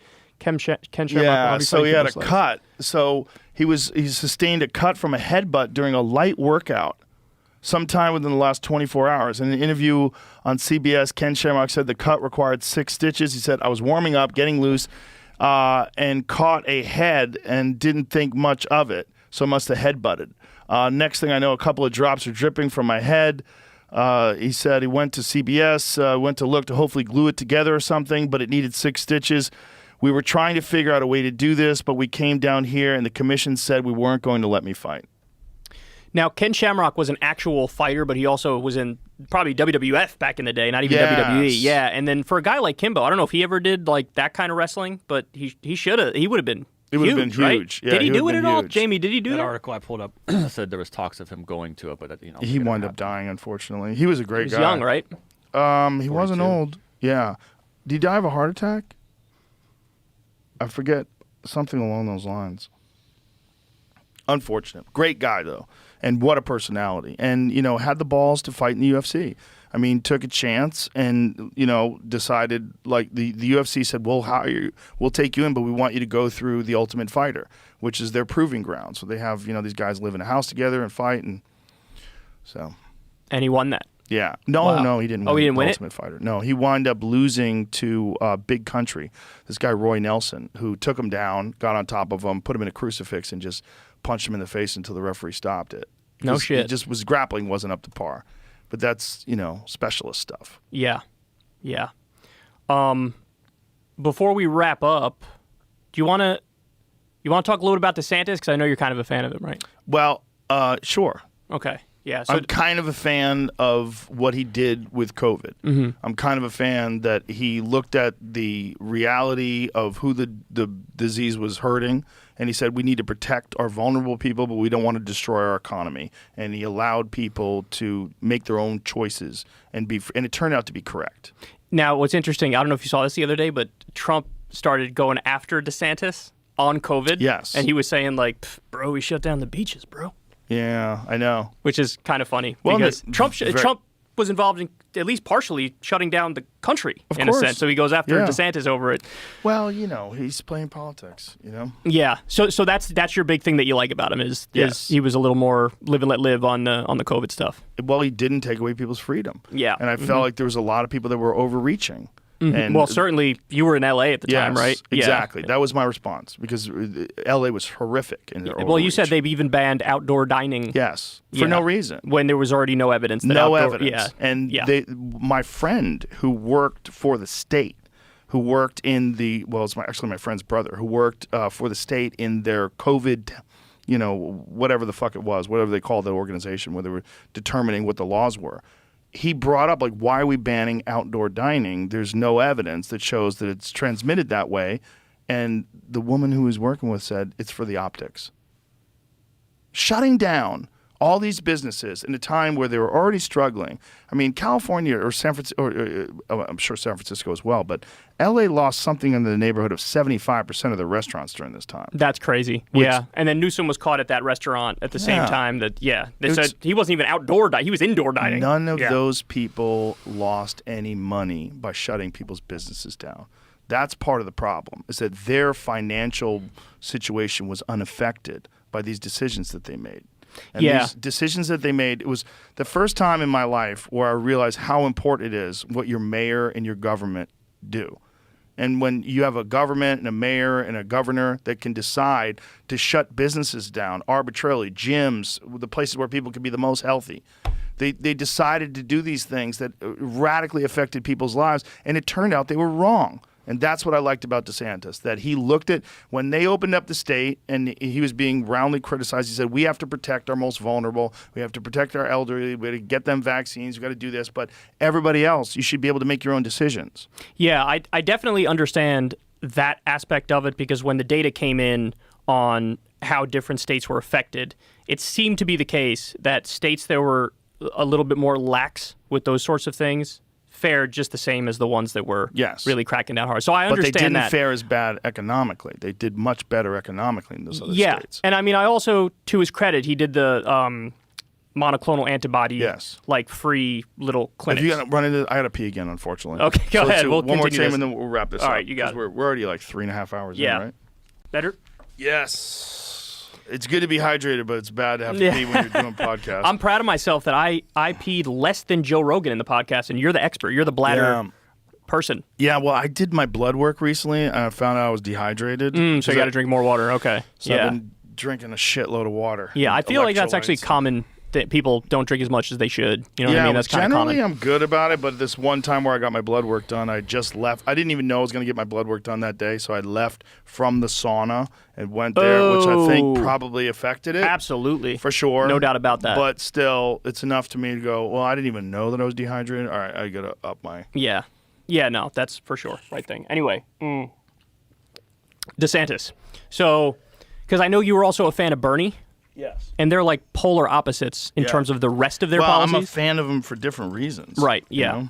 But I know you said that you thought he would make a good president. And there's a bunch of things about him that I think would probably change your opinion on it. Like, for example, he thinks weed should stay illegal because it smells bad. Is that really his opinion, that it smells bad? He said it Does smells, he not know about edibles? Quote, putrid, and he wants it to stay banned because of that. Oh, that's hilarious. Yeah. Is that really his rationalization? Jamie, if you want, you could pull that up. Yeah, that's what it says here. But it's legal in Florida, or medically. It says marijuana should remain criminalized because of its putrid odor. Polling compiled by the University of North Florida showed that most Floridians want the adult use of marijuana to be legal in the Sunshine State. That's certainly not the case. In fact, under state law, the possession of up to 20 grams of cannabis is punished by a $1,000 fine and up to a year in prison. Possession of greater amounts is a felony. So what has he said? What I don't like about it is if you go to some of these places that have done it, the stench when you're out there, I mean, it smells so putrid. I want people to be able to breathe freely. Well, that's silly.